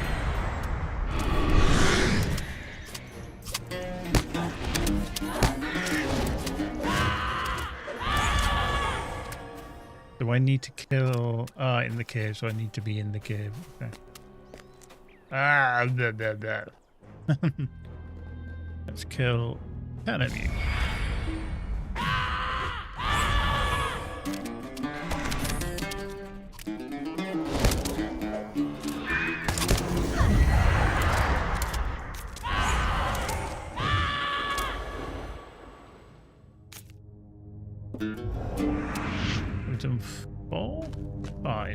Nice, that was the first group. All bleeding. No, not bleeding.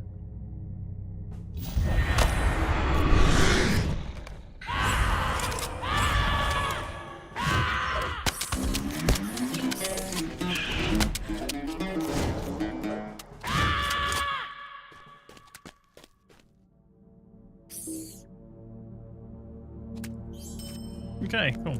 We can get out of here now. Okay, so obviously the deed of killing lots of scorpions, I think it would be a nice one to do there.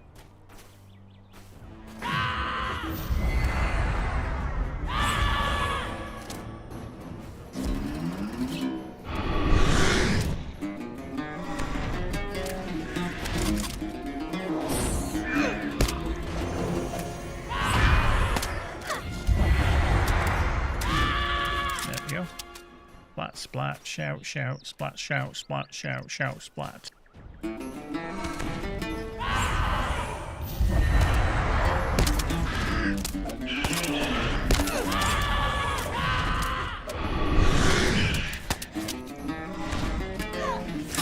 Cool.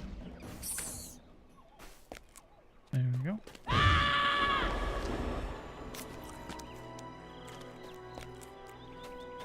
Sorry, Mr. Bjorning, I've just killed a load of them in here. Look in a rock. Nice. Right, so down here, which is this one then? Oh, okay, so this is the flowers, and it? Berries, wildflowers, stuff. Okay. Let's just do this one, because then we've got to go back to the... Oh, sidetracking quests. Who'd have thought? You've been watching anything of my Crimson Desert streams, you know that it's very easy to get sidetracked. Especially in that game. More so than this game. It's kind of nuts, really. Crimson Desert, how easy it is to get sidetracked. Kind of nuts. Okay.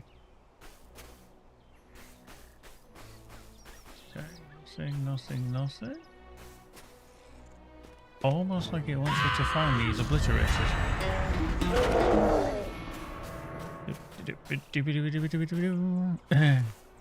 I think he said they were going to be down near the water's edge, so hopefully.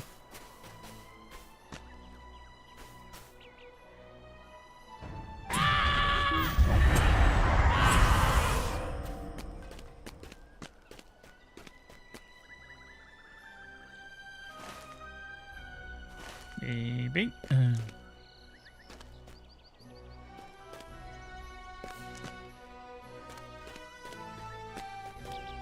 Okay, wild yellow flower, yeah. Good, that's good.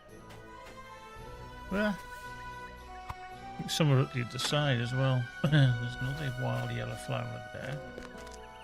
Ah, okay. Well, let's grab them.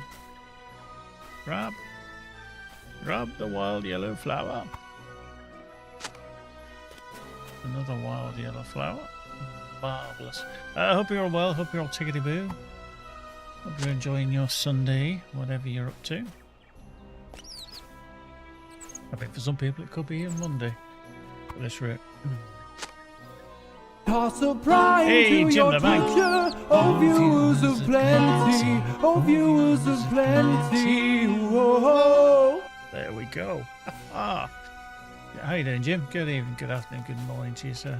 Thank you very much for that, as always. You absolute legend. We need more berries, more wildflowers. More berries, more wildflowers.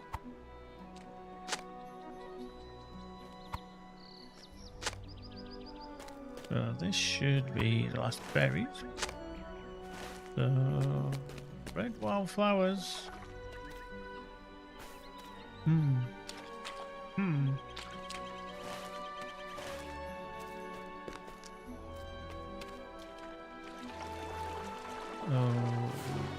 Okay, I can see a slope there. Yeah, so I'm expecting the wildflowers to be up the top. Because there is always room at the top. Yeah, there we go.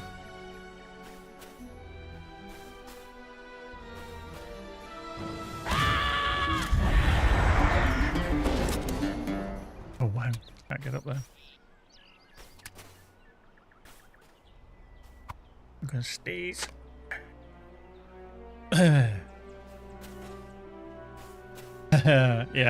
I mean, to be fair, I think I think top 5 is relatively safe now. I think there's only Chelsea that are possibly going to get maybe caught. I mean, we had a so-so result against them yesterday, but to be fair, the way we've been playing of late, hardly surprising. But Sunderland, bloody tough team. I don't think I think people underestimate them. There's always that expectancy that a team that's come up and everything, but they've shown some amazing resilience this year. This valley belongs to the Shagani, I'd actually and no say one that they're else. probably the most surprising team, but I also think they did well with their purchases. I was a bit dubious about Grant Zanuck coming back from like Leverkusen. I thought that was he's come for the money, but he's really Travel with care, emboldened friend. that team. Dangers are all about. ID complete, which is what did we do there?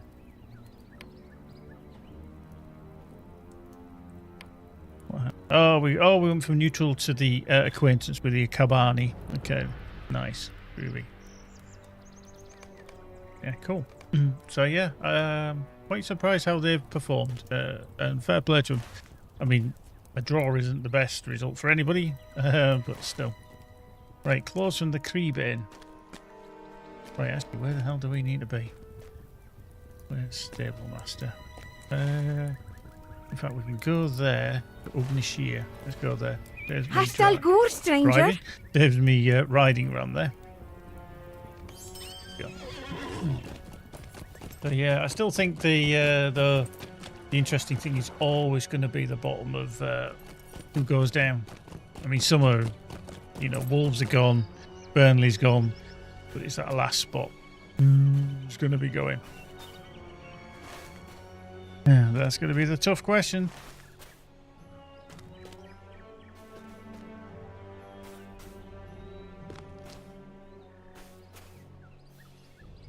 Jimmy Banks says, I've not spoken to you since it happened. What are your thoughts on Ashes of Creation? This is going to be a very interesting one. This is going to play out for years, I think. Because obviously, for those of you who don't know, Ashes of Creation was a very long-term MMO that had been in production for Intrepid Studios for a long time. And then around Christmas, I think it shut down unexpectedly. And people were saying, it's kind of a rug pull from Stephen Sharif, who was the creative director, etc., etc. And, they've done a run with the money and all this and everything. Now, what seems to have transpired since then is there's been a lot of court stuff going on, suits, countersuits, etc. And Stephen Sharif has basically said, look, it's all going to have to play out in court because XYZ has happened, and and he was, to be fair, he was getting a lot of shit, and I mean a lot of shit from the community, because people were like, the game's shut down, I've just spent hundreds of pounds, hundreds of dollars on this game, and it's been gone.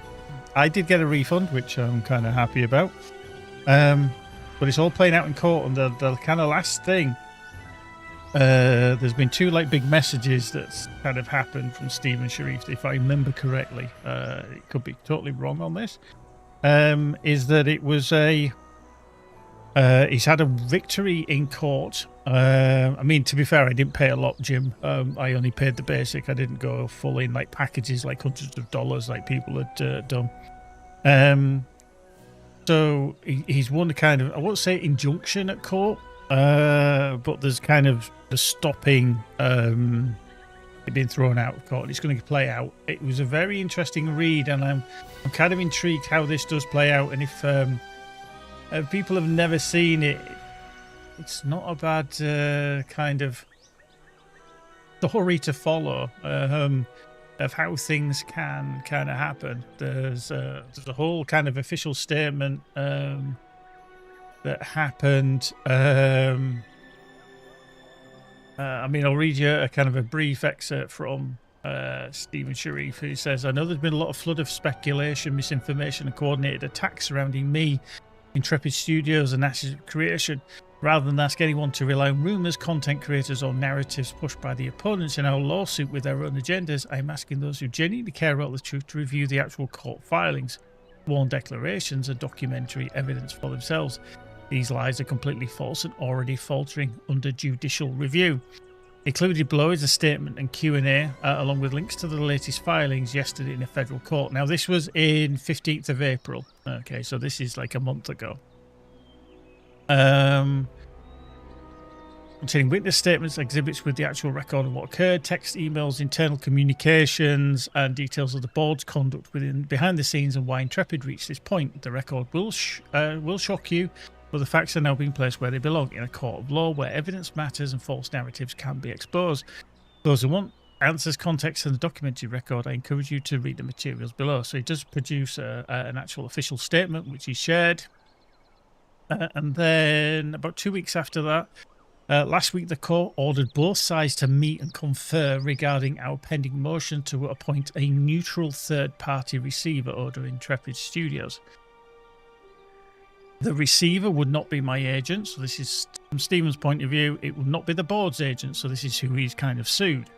It would be a neutral officer of the court, so totally independent of them both. Someone empowered to preserve Intrepid's assets, protect Ashes of Creation, inspect the relevant books and records, review the loan documents, examine the claimed foreclosure rights, and report to the court on whether any future sale or foreclosure is actually lawful. That should not be controversial unless there is something to hide. As reflected in the attached joint status report, the board is willing to accept a receiver, but only if that receiver is stripped of the power that matters the most, the power to inspect the books and records, and whether Rob Dawson and TFE, these are the people who have been sued, have the right to foreclose at all. Read that again. They are willing to let someone monitor a foreclosure but not inspect the documents, debt history, amendments, board approvals and records, supposedly giving them the right to conduct that foreclosure. That tells you everything you need to know. In our public filings earlier this month, we showed that Rob Dawson and Jason Karamanis coerced control of... it's kind of interesting, Jim. It's kind of very cloak and dagger, is this. In 2024, through threats of physical harm and financial ruin, Dawson and the board used the control to place nearly $100 million of debt back onto the company. In 2025, this was the same debt that had already been converted into equity in 2024. They kept the equity. They revived the debt. They used that manufactured debt structure to stage for the unlawful January foreclosure, the shutdown of Intrepid, the termination of hundreds of employees, and the attempted transfer of Ashes Creation into a Dawson-controlled entity called TFE. So this, like I say, it's gone on, and there was a lawsuit that was filed against Stephen Sharif and John. That's been dismissed as well. But I think the actual pertinent thing is that one side is quite happy to have an overview of everything and to stop that things being, that the books can be looked at, etc., etc. One side isn't. And there's, we're getting only one side here, but as Stephen Sharif said, that it's, well, should they? What have they got to hide if they don't want people to look at the books? They should be allowed to. So this is going to rumble on for a while. And does that mean in a few years' time that Ashes of Creation come from the ashes of what has happened? Who knows? But it is an interesting one, and I think it shows that not everything is as clear on the surface as people think. This to me is, I think we're all guilty of this. We always think everything's just cut and dried. Oh, that's happened, and it happens in the world no matter what. But it just shows that in the background, all the machinations of industry and business do happen, even in the world of gaming. So yeah, I'm very, very interested to see how this does pan out in the future. Is somebody going to get redemption and kind of like, hey, I never did any of this, or is it going to play out that, yeah, you were kind of at fault? Who knows? And this is the problem when you're running a company, as he was, and then having a board and everything. But there's some dubiousness even still then, because I haven't delved deep into it, but all the players, or a lot of the players, were never aware of a board. They were like, hang on, where's this board come from? Who's on this board and what are they doing? Because nobody was aware of it. You know, the structure of the company didn't seem to be doing that. But yeah, as you know, courts go very, very slow, so I wouldn't expect to hear much about this story. We shall see. Well, let's see what happens too after what Stephen Cherise said, especially after the personal threats he received from what he said. Yeah, I mean, that was all dismissed as well. So, you know, the personal lawsuit against him and the other person. Yeah, exactly. And I think that's what confused a lot of people. It's like, when did that change and why was that never disclosed? Because as soon as that happened, that should have been a kind of statement of some shape or form. But again, it seems very cloak and dagger and dubious in the background. So, yeah, I mean, Jim, I did play, obviously, he's just said, well, it does look like there was a basic world for the game, so who knows. I certainly played a little bit of it. I wasn't overly impressed with it. I wouldn't say it was like, oh, wow, this is going to be the next best thing in terms of MMOs or anything like that. But in the future, you know, I just don't know how it will pan out. The problem is this could all put the... We take it as a hypothetical situation. It's been no development on it since at least probably December, early January this year. If it's left in limbo for a few years because it has to go through the whole court system, is some of the stuff trying to be sold off? Is it, you know, does it get resurrected? You're talking at least maybe 1 or 2 years, if not more, of no development on a project. Now that is problematic because it'll be just a case of, well, hey, what's going to happen? You know, a game can't remain static like that forever and a day. So I don't know. It's going to be an interesting one, and obviously it ties into the whole MMO world that we play in because we play LOTRO and stuff like that. But I'm not entirely sure. It's going to be a very strange time. Very strange time. Right, let's do. What say you, traveller? Yeah, we did the pelts. There you go. You can have some pelts. Right, so we up there. Mystery of LOTRO. Cover clues along the river. Okay. Let's go up here then to Shinagarash. Okay. I love how there's like a sandstorm coming through periodically. Hey, no, it's fine. I mean, years ago, there's a lot of people that probably will maybe weren't around. I used to do like a weekly kind of roundup, like a little podcast about the whole gaming industry, games and stuff like that, and hardware and tech. The problem was I just didn't have time to carry on with it because it was a hell of a lot of work to put it together and then do the podcast, and you know, yeah, it is a new day. If I can keep up with it, then I try to, but then creating something around it is always very, very difficult to do as well. So whilst there's news out there, I'm not always able to read it, divulge it, or digest it rather, and then put it back towards people and just go, hey, this has been going on, did you miss it? That kind of thing. But hey, you know, there's some good stuff. Right, so we still need this, don't we? So prebane. Toss a prime to your wow, Jim the Bank, thank you very much. We have a gifted sub there, Cobble Boy, Hair 2, Lions of Gamer, Highway Cavalier, and also Reload 123. Much appreciated, Jim. Thank you very much. You absolutely. Do you know what? I'm going to give you this. I'm rich, bitch. There we go. Thank you very much. Round of applause as well, and yeah.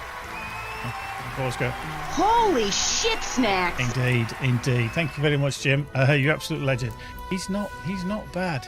He's not bad for a Mank supporter. And to be fair, by Mank supporter, I do mean a Manchester United supporter.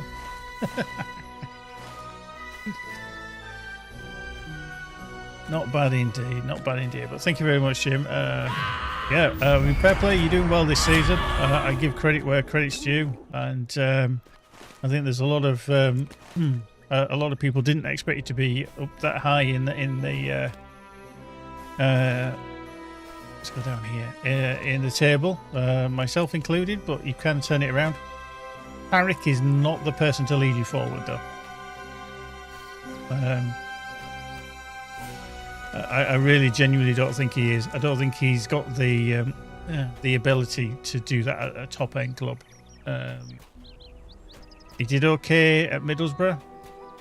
Yeah, very similar to Ollie. Yeah. I totally get that. Yeah, and I can see where people are like, no, they kind of need to prove themselves a little bit more. That's not to say that an unknown can't do a good job, but I think eventually it'll just his imprint on the team will fade over time. It's always that new manager kind of, hey, look at this, we're doing great, new managers come in, an ex-player who really, was a great player. Yeah, all great and good, but it will start to taper off. But there's a lot of teams are in that similar position. Everybody wants instant success. It just can't happen.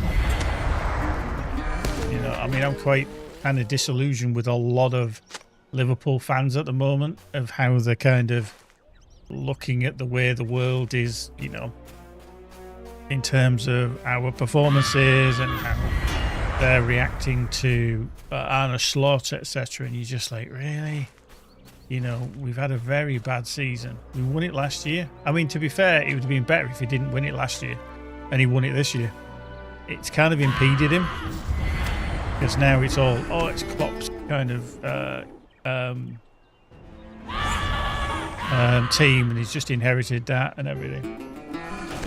No. Okay.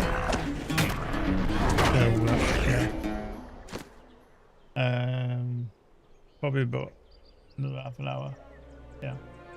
Okay. But no, I think, like I said, there's just been too many people that have just been like, oh, he's not doing this, he's not doing that. And we've had some horrible bloody injuries this year as well, which have no way, shape or form helped. However, and I will say this, is not everybody in our team has covered themselves in glory in how they've played. But I think there's many factors to that. Yet the manager, the style of play, the change in players. And we can't forget that they lost a teammate and a friend, in a tragic car accident in July last year. And that is going to affect a lot of them. And I always thought it would. I really did. I thought that it's not going to be good. Yeah, I mean, I think we'll take you, Jim, as the prime example because. You had Sir Alex Ferguson, one of the greatest managers ever to be in British football, no doubt about it. But David Moyes, unfortunately for him, got given a poison chalice. It really was a poison chalice. So I think even to a degree, Arne Slot was given a poison chalice to come along and go, there you go. Take on the team that was there playing a certain way. Some have left, and they all managers have different ideas. If you asked 5 people in a room to give their favourite number, you wouldn't always get the same, the same results, would you? Nobody's going to be saying, oh yeah, favourite number's number 7. Blah blah blah. And everybody's different. Ooh, hype chest. Let's open that up. Let's open it. Who is this diva emote? Nice. There we go. Choo choo. There we go. Let's do that. There we go. Choo choo. Who is this diva? Love it. Right, we've got a lot of tortoises there. We've got one under the water there. How is that down there? That's a young dread tortoise. Okay. So it looks like there's lots of tortoises. There we go. Nice. It's like people can't handle the dip. Nobody stays at the top forever. No team does. Chelsea have seen it. Man U have seen it. We've seen it from the 80s, 70s, 80s. We were dominant. And then we went through this whole passage of time where we just, we'd win a few trophies here and there. Yes, we won the Champions League, but we haven't won the big prize. Then we've won it twice in, X amount of years and that's, a change around for us. We're always going to have a bad season. Salah leaving, I don't think Salah's covered himself in total glory. People can say, oh yeah, he's been our brilliant player. Yeah, he has, he's been a brilliant player. But he's also been a very disruptive force. Because when he doesn't get his own way, he starts speaking out. And that to me is not a team player. I don't care what his stats are. You cannot say that you were out and out, tried your best for the team when you bring out in public and air your grievances. It just does not work. You can't have both. So, yeah, in a way, I'm kind of glad he's going. We do lose his creativeness, and he has scored a lot of wonderful goals, but no one player is bigger than the team. At all. Nope. No sirree, Bob. But we've got a potentially young team that we need to rebuild, and we need to work around. We need to kind of get playing together well, and that takes time.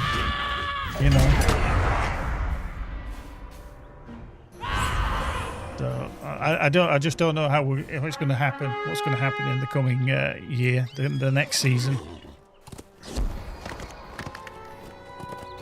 Absolutely, yeah, I really do. Do you know what a lot of players, I think a lot of ex-players have said, and I think it's fairly right, is that Man U, in your case, you did a very good job of creating this way, go this way, of embracing the potential of the Premier League in terms of advertising, in terms of resources, all that kind of stuff.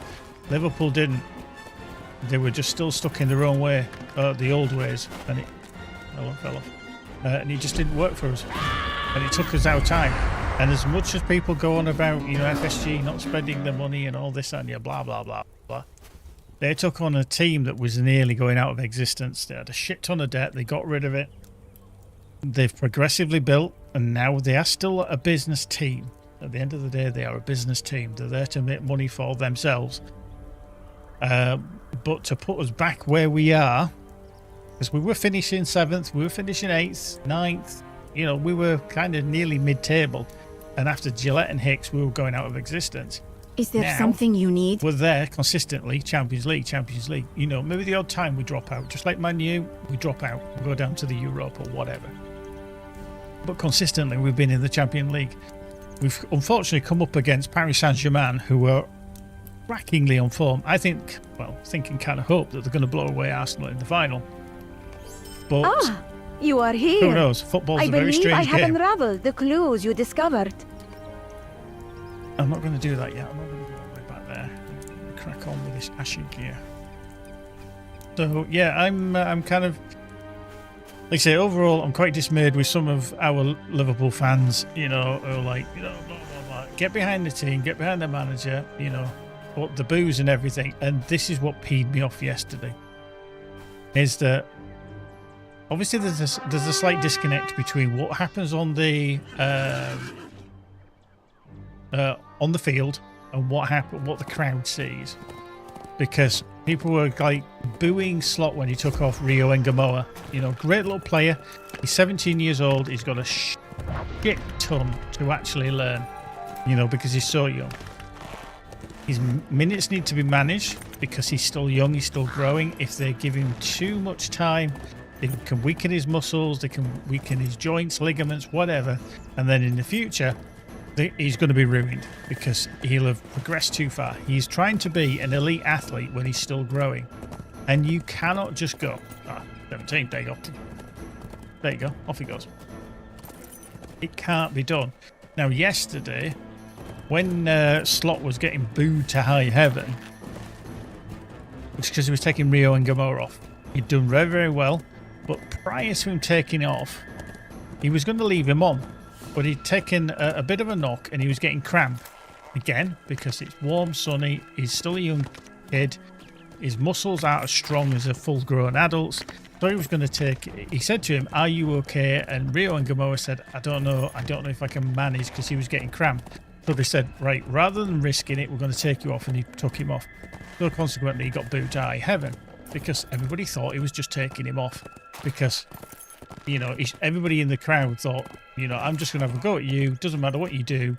He was damned if he did, damned if he didn't. If he didn't take Rio Ingamoa off and he got injured, this slot doesn't know what he's doing with his players. Look, he's got injured. He's ruining his career. If he does take him off, what happens? He gets booed to high heaven. Now, that to me annoys the piss out of me because people just react. They just react. They just go, right, I'm going for the jugular. I don't care what he says. But afterwards, he had a perfectly legitimate reason. Do those people then think, you know what would be good? Maybe don't react. Find out why he did it. He got asked a question and they found out. Does anybody, even the press, do any of them retract their statements and say they don't know what he's doing? No, none of them do because they've got the title, they've got the headline, they've got the you know, even on like social media and stuff like that, they've got you know, slot's not done, you know, blah blah, and it's just like, really, are you that? I actually think people are a bit stupid. I really do. You've always got to be based in your assessment. Yeah, clickbait. Yeah, that was the word I was trying to find and never got it. And it's just, it baffles me. It really does. And I'm like, you can dislike the guy. Yeah, you can dislike how the results are. You can dislike how the game has been played. However, when you have all the facts, you have to say, do you know what? Maybe he's done right there. You know? I'm not saying he's been perfect this season. He knows himself. He seems a very astute guy.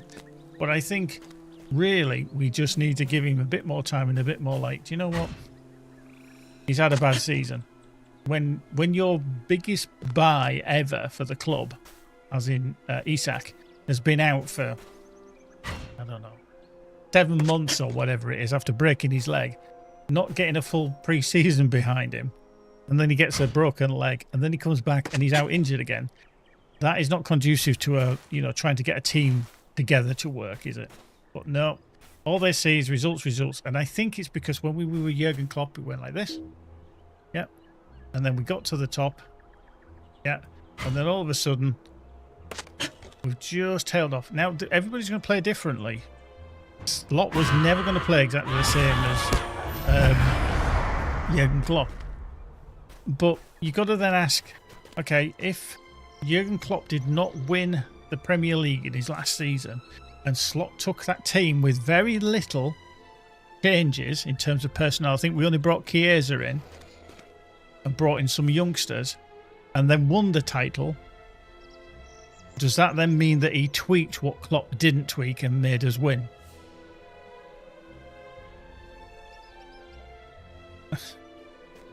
You can't have everything, and there's going to be a point where we do the dip.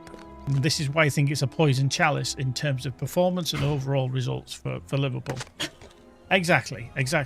I mean, once you started to kind of fade in the early 2000s or whatever, you know, after that team had kind of moved on, having to redo that whole team, you know, reinvigorate it. Fergie was a master at it. I always admired him for that. Don't get me wrong, there's always that rivalry. But he was a master at doing it in terms of taking a team, an aging team, getting rid of the old boys, bringing in the new. Whereas now, people just want success because we spent a load of money.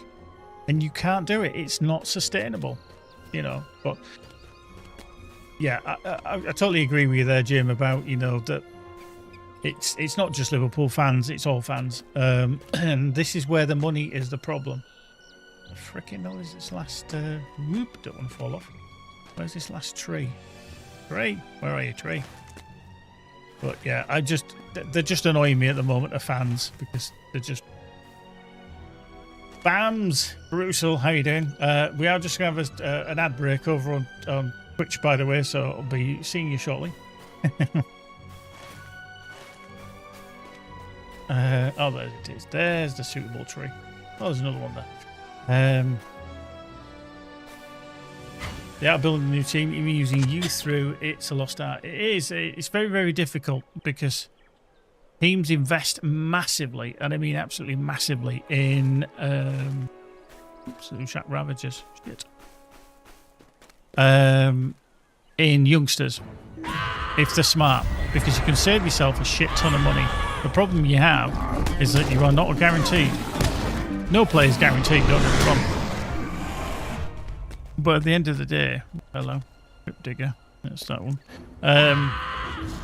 No team is guaranteed to perform well, even with experienced players.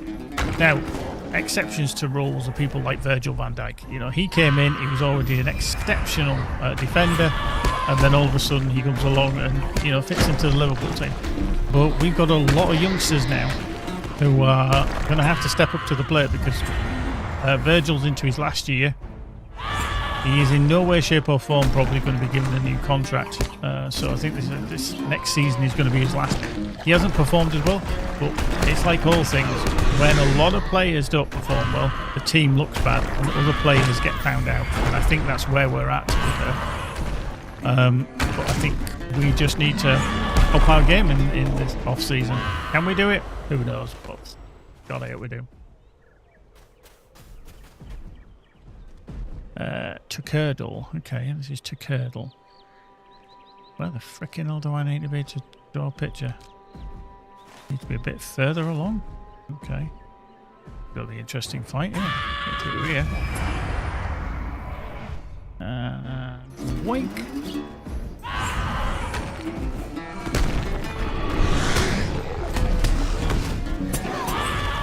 Nice. Where can I get through? Can I get through here? Let's sketch. Okay, we can sketch that. Cool. Well, Van Dijk carry and push plays to be better, much like King. He did, yeah, absolutely. And Van Dijk has been my favourite player for a while, more than Salah. Only because Salah had the easy life because he was just given the free roam to attack. Van Dijk, being the captain, defending and attacking as necessary, had a shit ton more to do. You want to say like the real grafters versus the glory boys. And this is why I have a bit of an axe to grind. Salah's figures are phenomenal and he's done well, but he was given the license to do that. But then when he's getting older and he doesn't track back, that's a problem because it doesn't help the team. And this is my whole problem with flair players, you know. You have to play for the team. And we need team players. So as much as he's a great player, I still don't think he's up there with the best of the best. In terms of, you know, to me, he's maybe top 5 player. I think there was a recent thing on the Liverpool Reddit. Oh, Kanate, yeah, Ibrahim Kanate, yeah, it's Konate, yeah, I know what you mean. Ibu. The thing with Ibu is that some days it can be phenomenal. Other days, absolutely dreadful. Total bloody liability. And I think this is what makes me laugh is because there was a recent thing about him. Is he was saying, oh, hello, Turtle, that, you know, he should have, he thought himself that he should have got man of the matches, but it kept getting given to Van Dijk. But he's not in the same league as Van Dijk. On his day, he's very, very good. But I think he needs to be, I mean, we're looking like we're going to be giving him a contract, which is good for continuity. But his, obviously we've got the Jacquet, the young French lad coming over, who we paid a lot of money for as well. And we've got Leone, who unfortunately was a young defender that would probably have played quite a bit this season. I mean, he looks huge. I think he's about 6'4", and he's quite strong and stocky. He's an Italian guy, young player who we got, and he looks phenomenal. So if he's not careful, to the Shagani, and no it could one be else. third fiddle. If them two come in and play really, really well, who knows? Who knows? Right, so that's to the. So can we travel back? Where did we put? That's a noble gate. Now where did we put it? That's Galtrev. Where are we? Oh yeah, here's a cool. Yeah. Oh yeah, Kirkes, yeah, Jim, absolutely. I am surprised that we've not given Robertson at least another year. I think he'd have snapped the hand off. But it's the whole kind of age thing. This is what they're doing in terms of, when a player gets to a certain age. I genuinely like Robertson because it's not just his performance on the pitch that's been good. It's also his ability around the team, which has been really, really good. But yeah, Kirkes, headless chicken at times. Absolute headless chicken.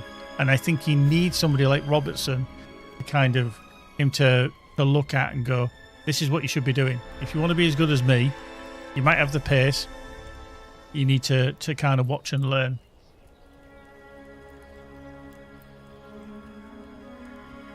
And I genuinely think in the last 10 years, Robertson has been the biggest bargain for us. 8 million from Hull City. Now Hull is literally, if I point out the window that direction, it's about 15 miles away from where I live. And to think we plucked him from Hull City when he was getting relegated, I didn't think he was going to do anything. And then it turned out to be our best modern left back that we've had. Absolutely nuts. Phenomenal buy. I hope you faced little trouble among the canyons as you collected these items. Cool. Right, let's speak to Rothog.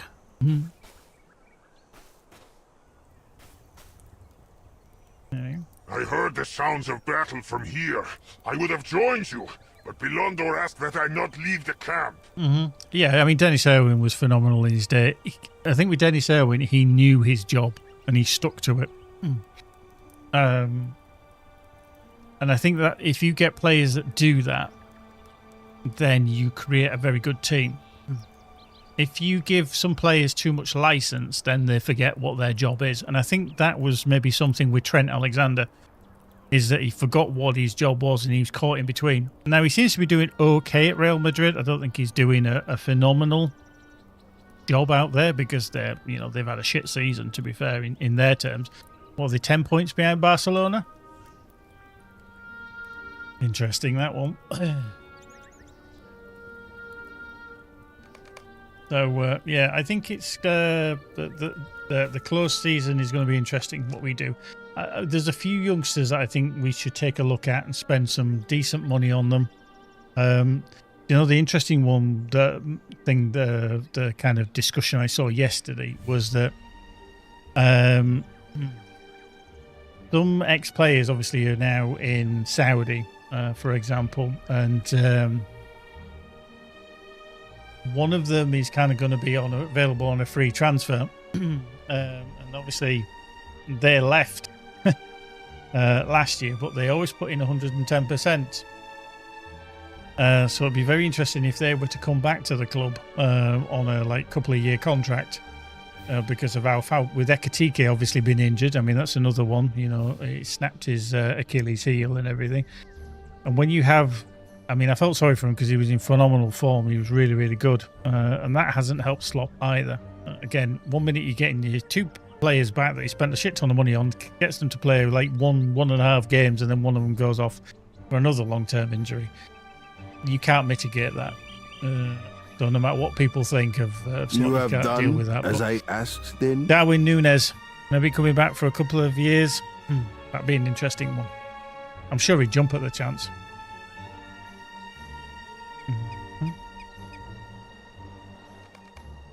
Yeah. Okay, let's head over here. Arahazi, let's speak to them. Yeah. There. Why speaks a dwarf Holder of the fortress Ashagir?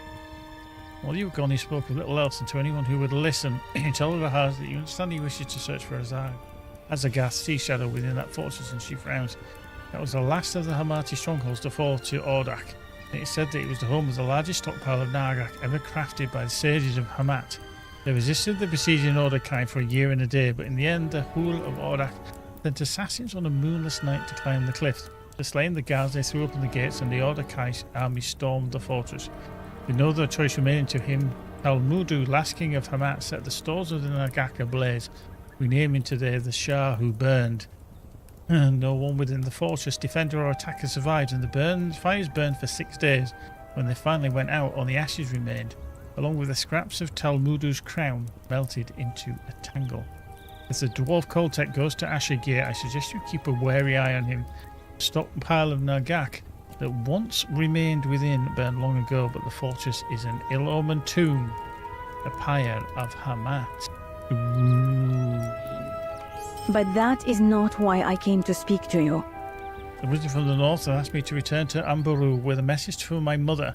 He wants her to send as many Demuri warriors as she can spare to us to stand against these waking servants of Morgoth. You've allied yourself with this wizard before, Farkov. Have you known him to overreact to danger at any moment in the past? You confess that if Mithrandir believes he needs an army of warriors to face the Tarduth and the Deratugi, he's probably correct. Rahazi nods slowly.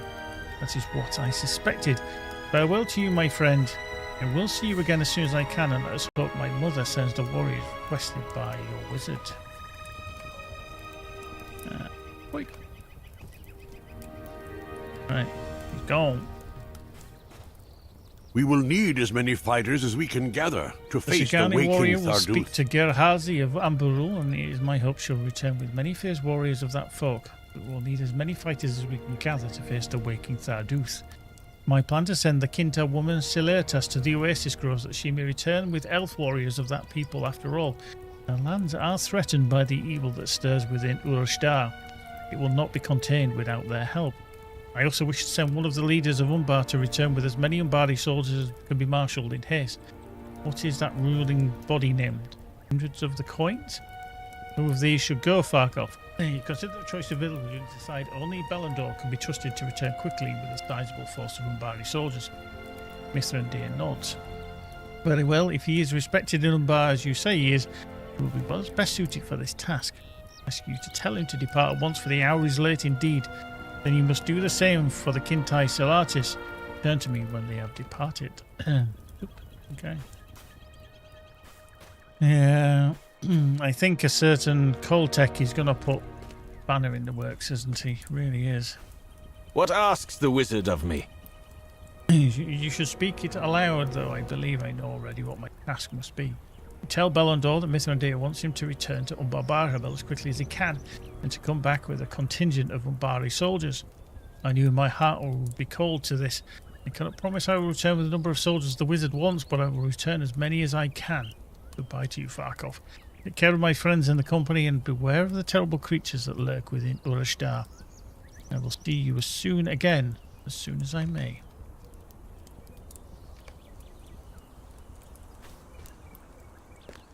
Right, let's speak to Salatis. There is talk around the camp that the wizard seeks volunteers to bring reinforcements to Urashtar. To face the servants of Morgoth. Is it true? You tell Salatis that Mithrandir wanted you to ask her if she would be willing to return to the Oasis Groves of the Kintai with this request. I will, of course, do this, Farkov. First to Vartalin I will go, then to Shornith, and if the time can be spared, I will speak with Shanthar at Arvath. The Kintai must defend their groves, as they always have.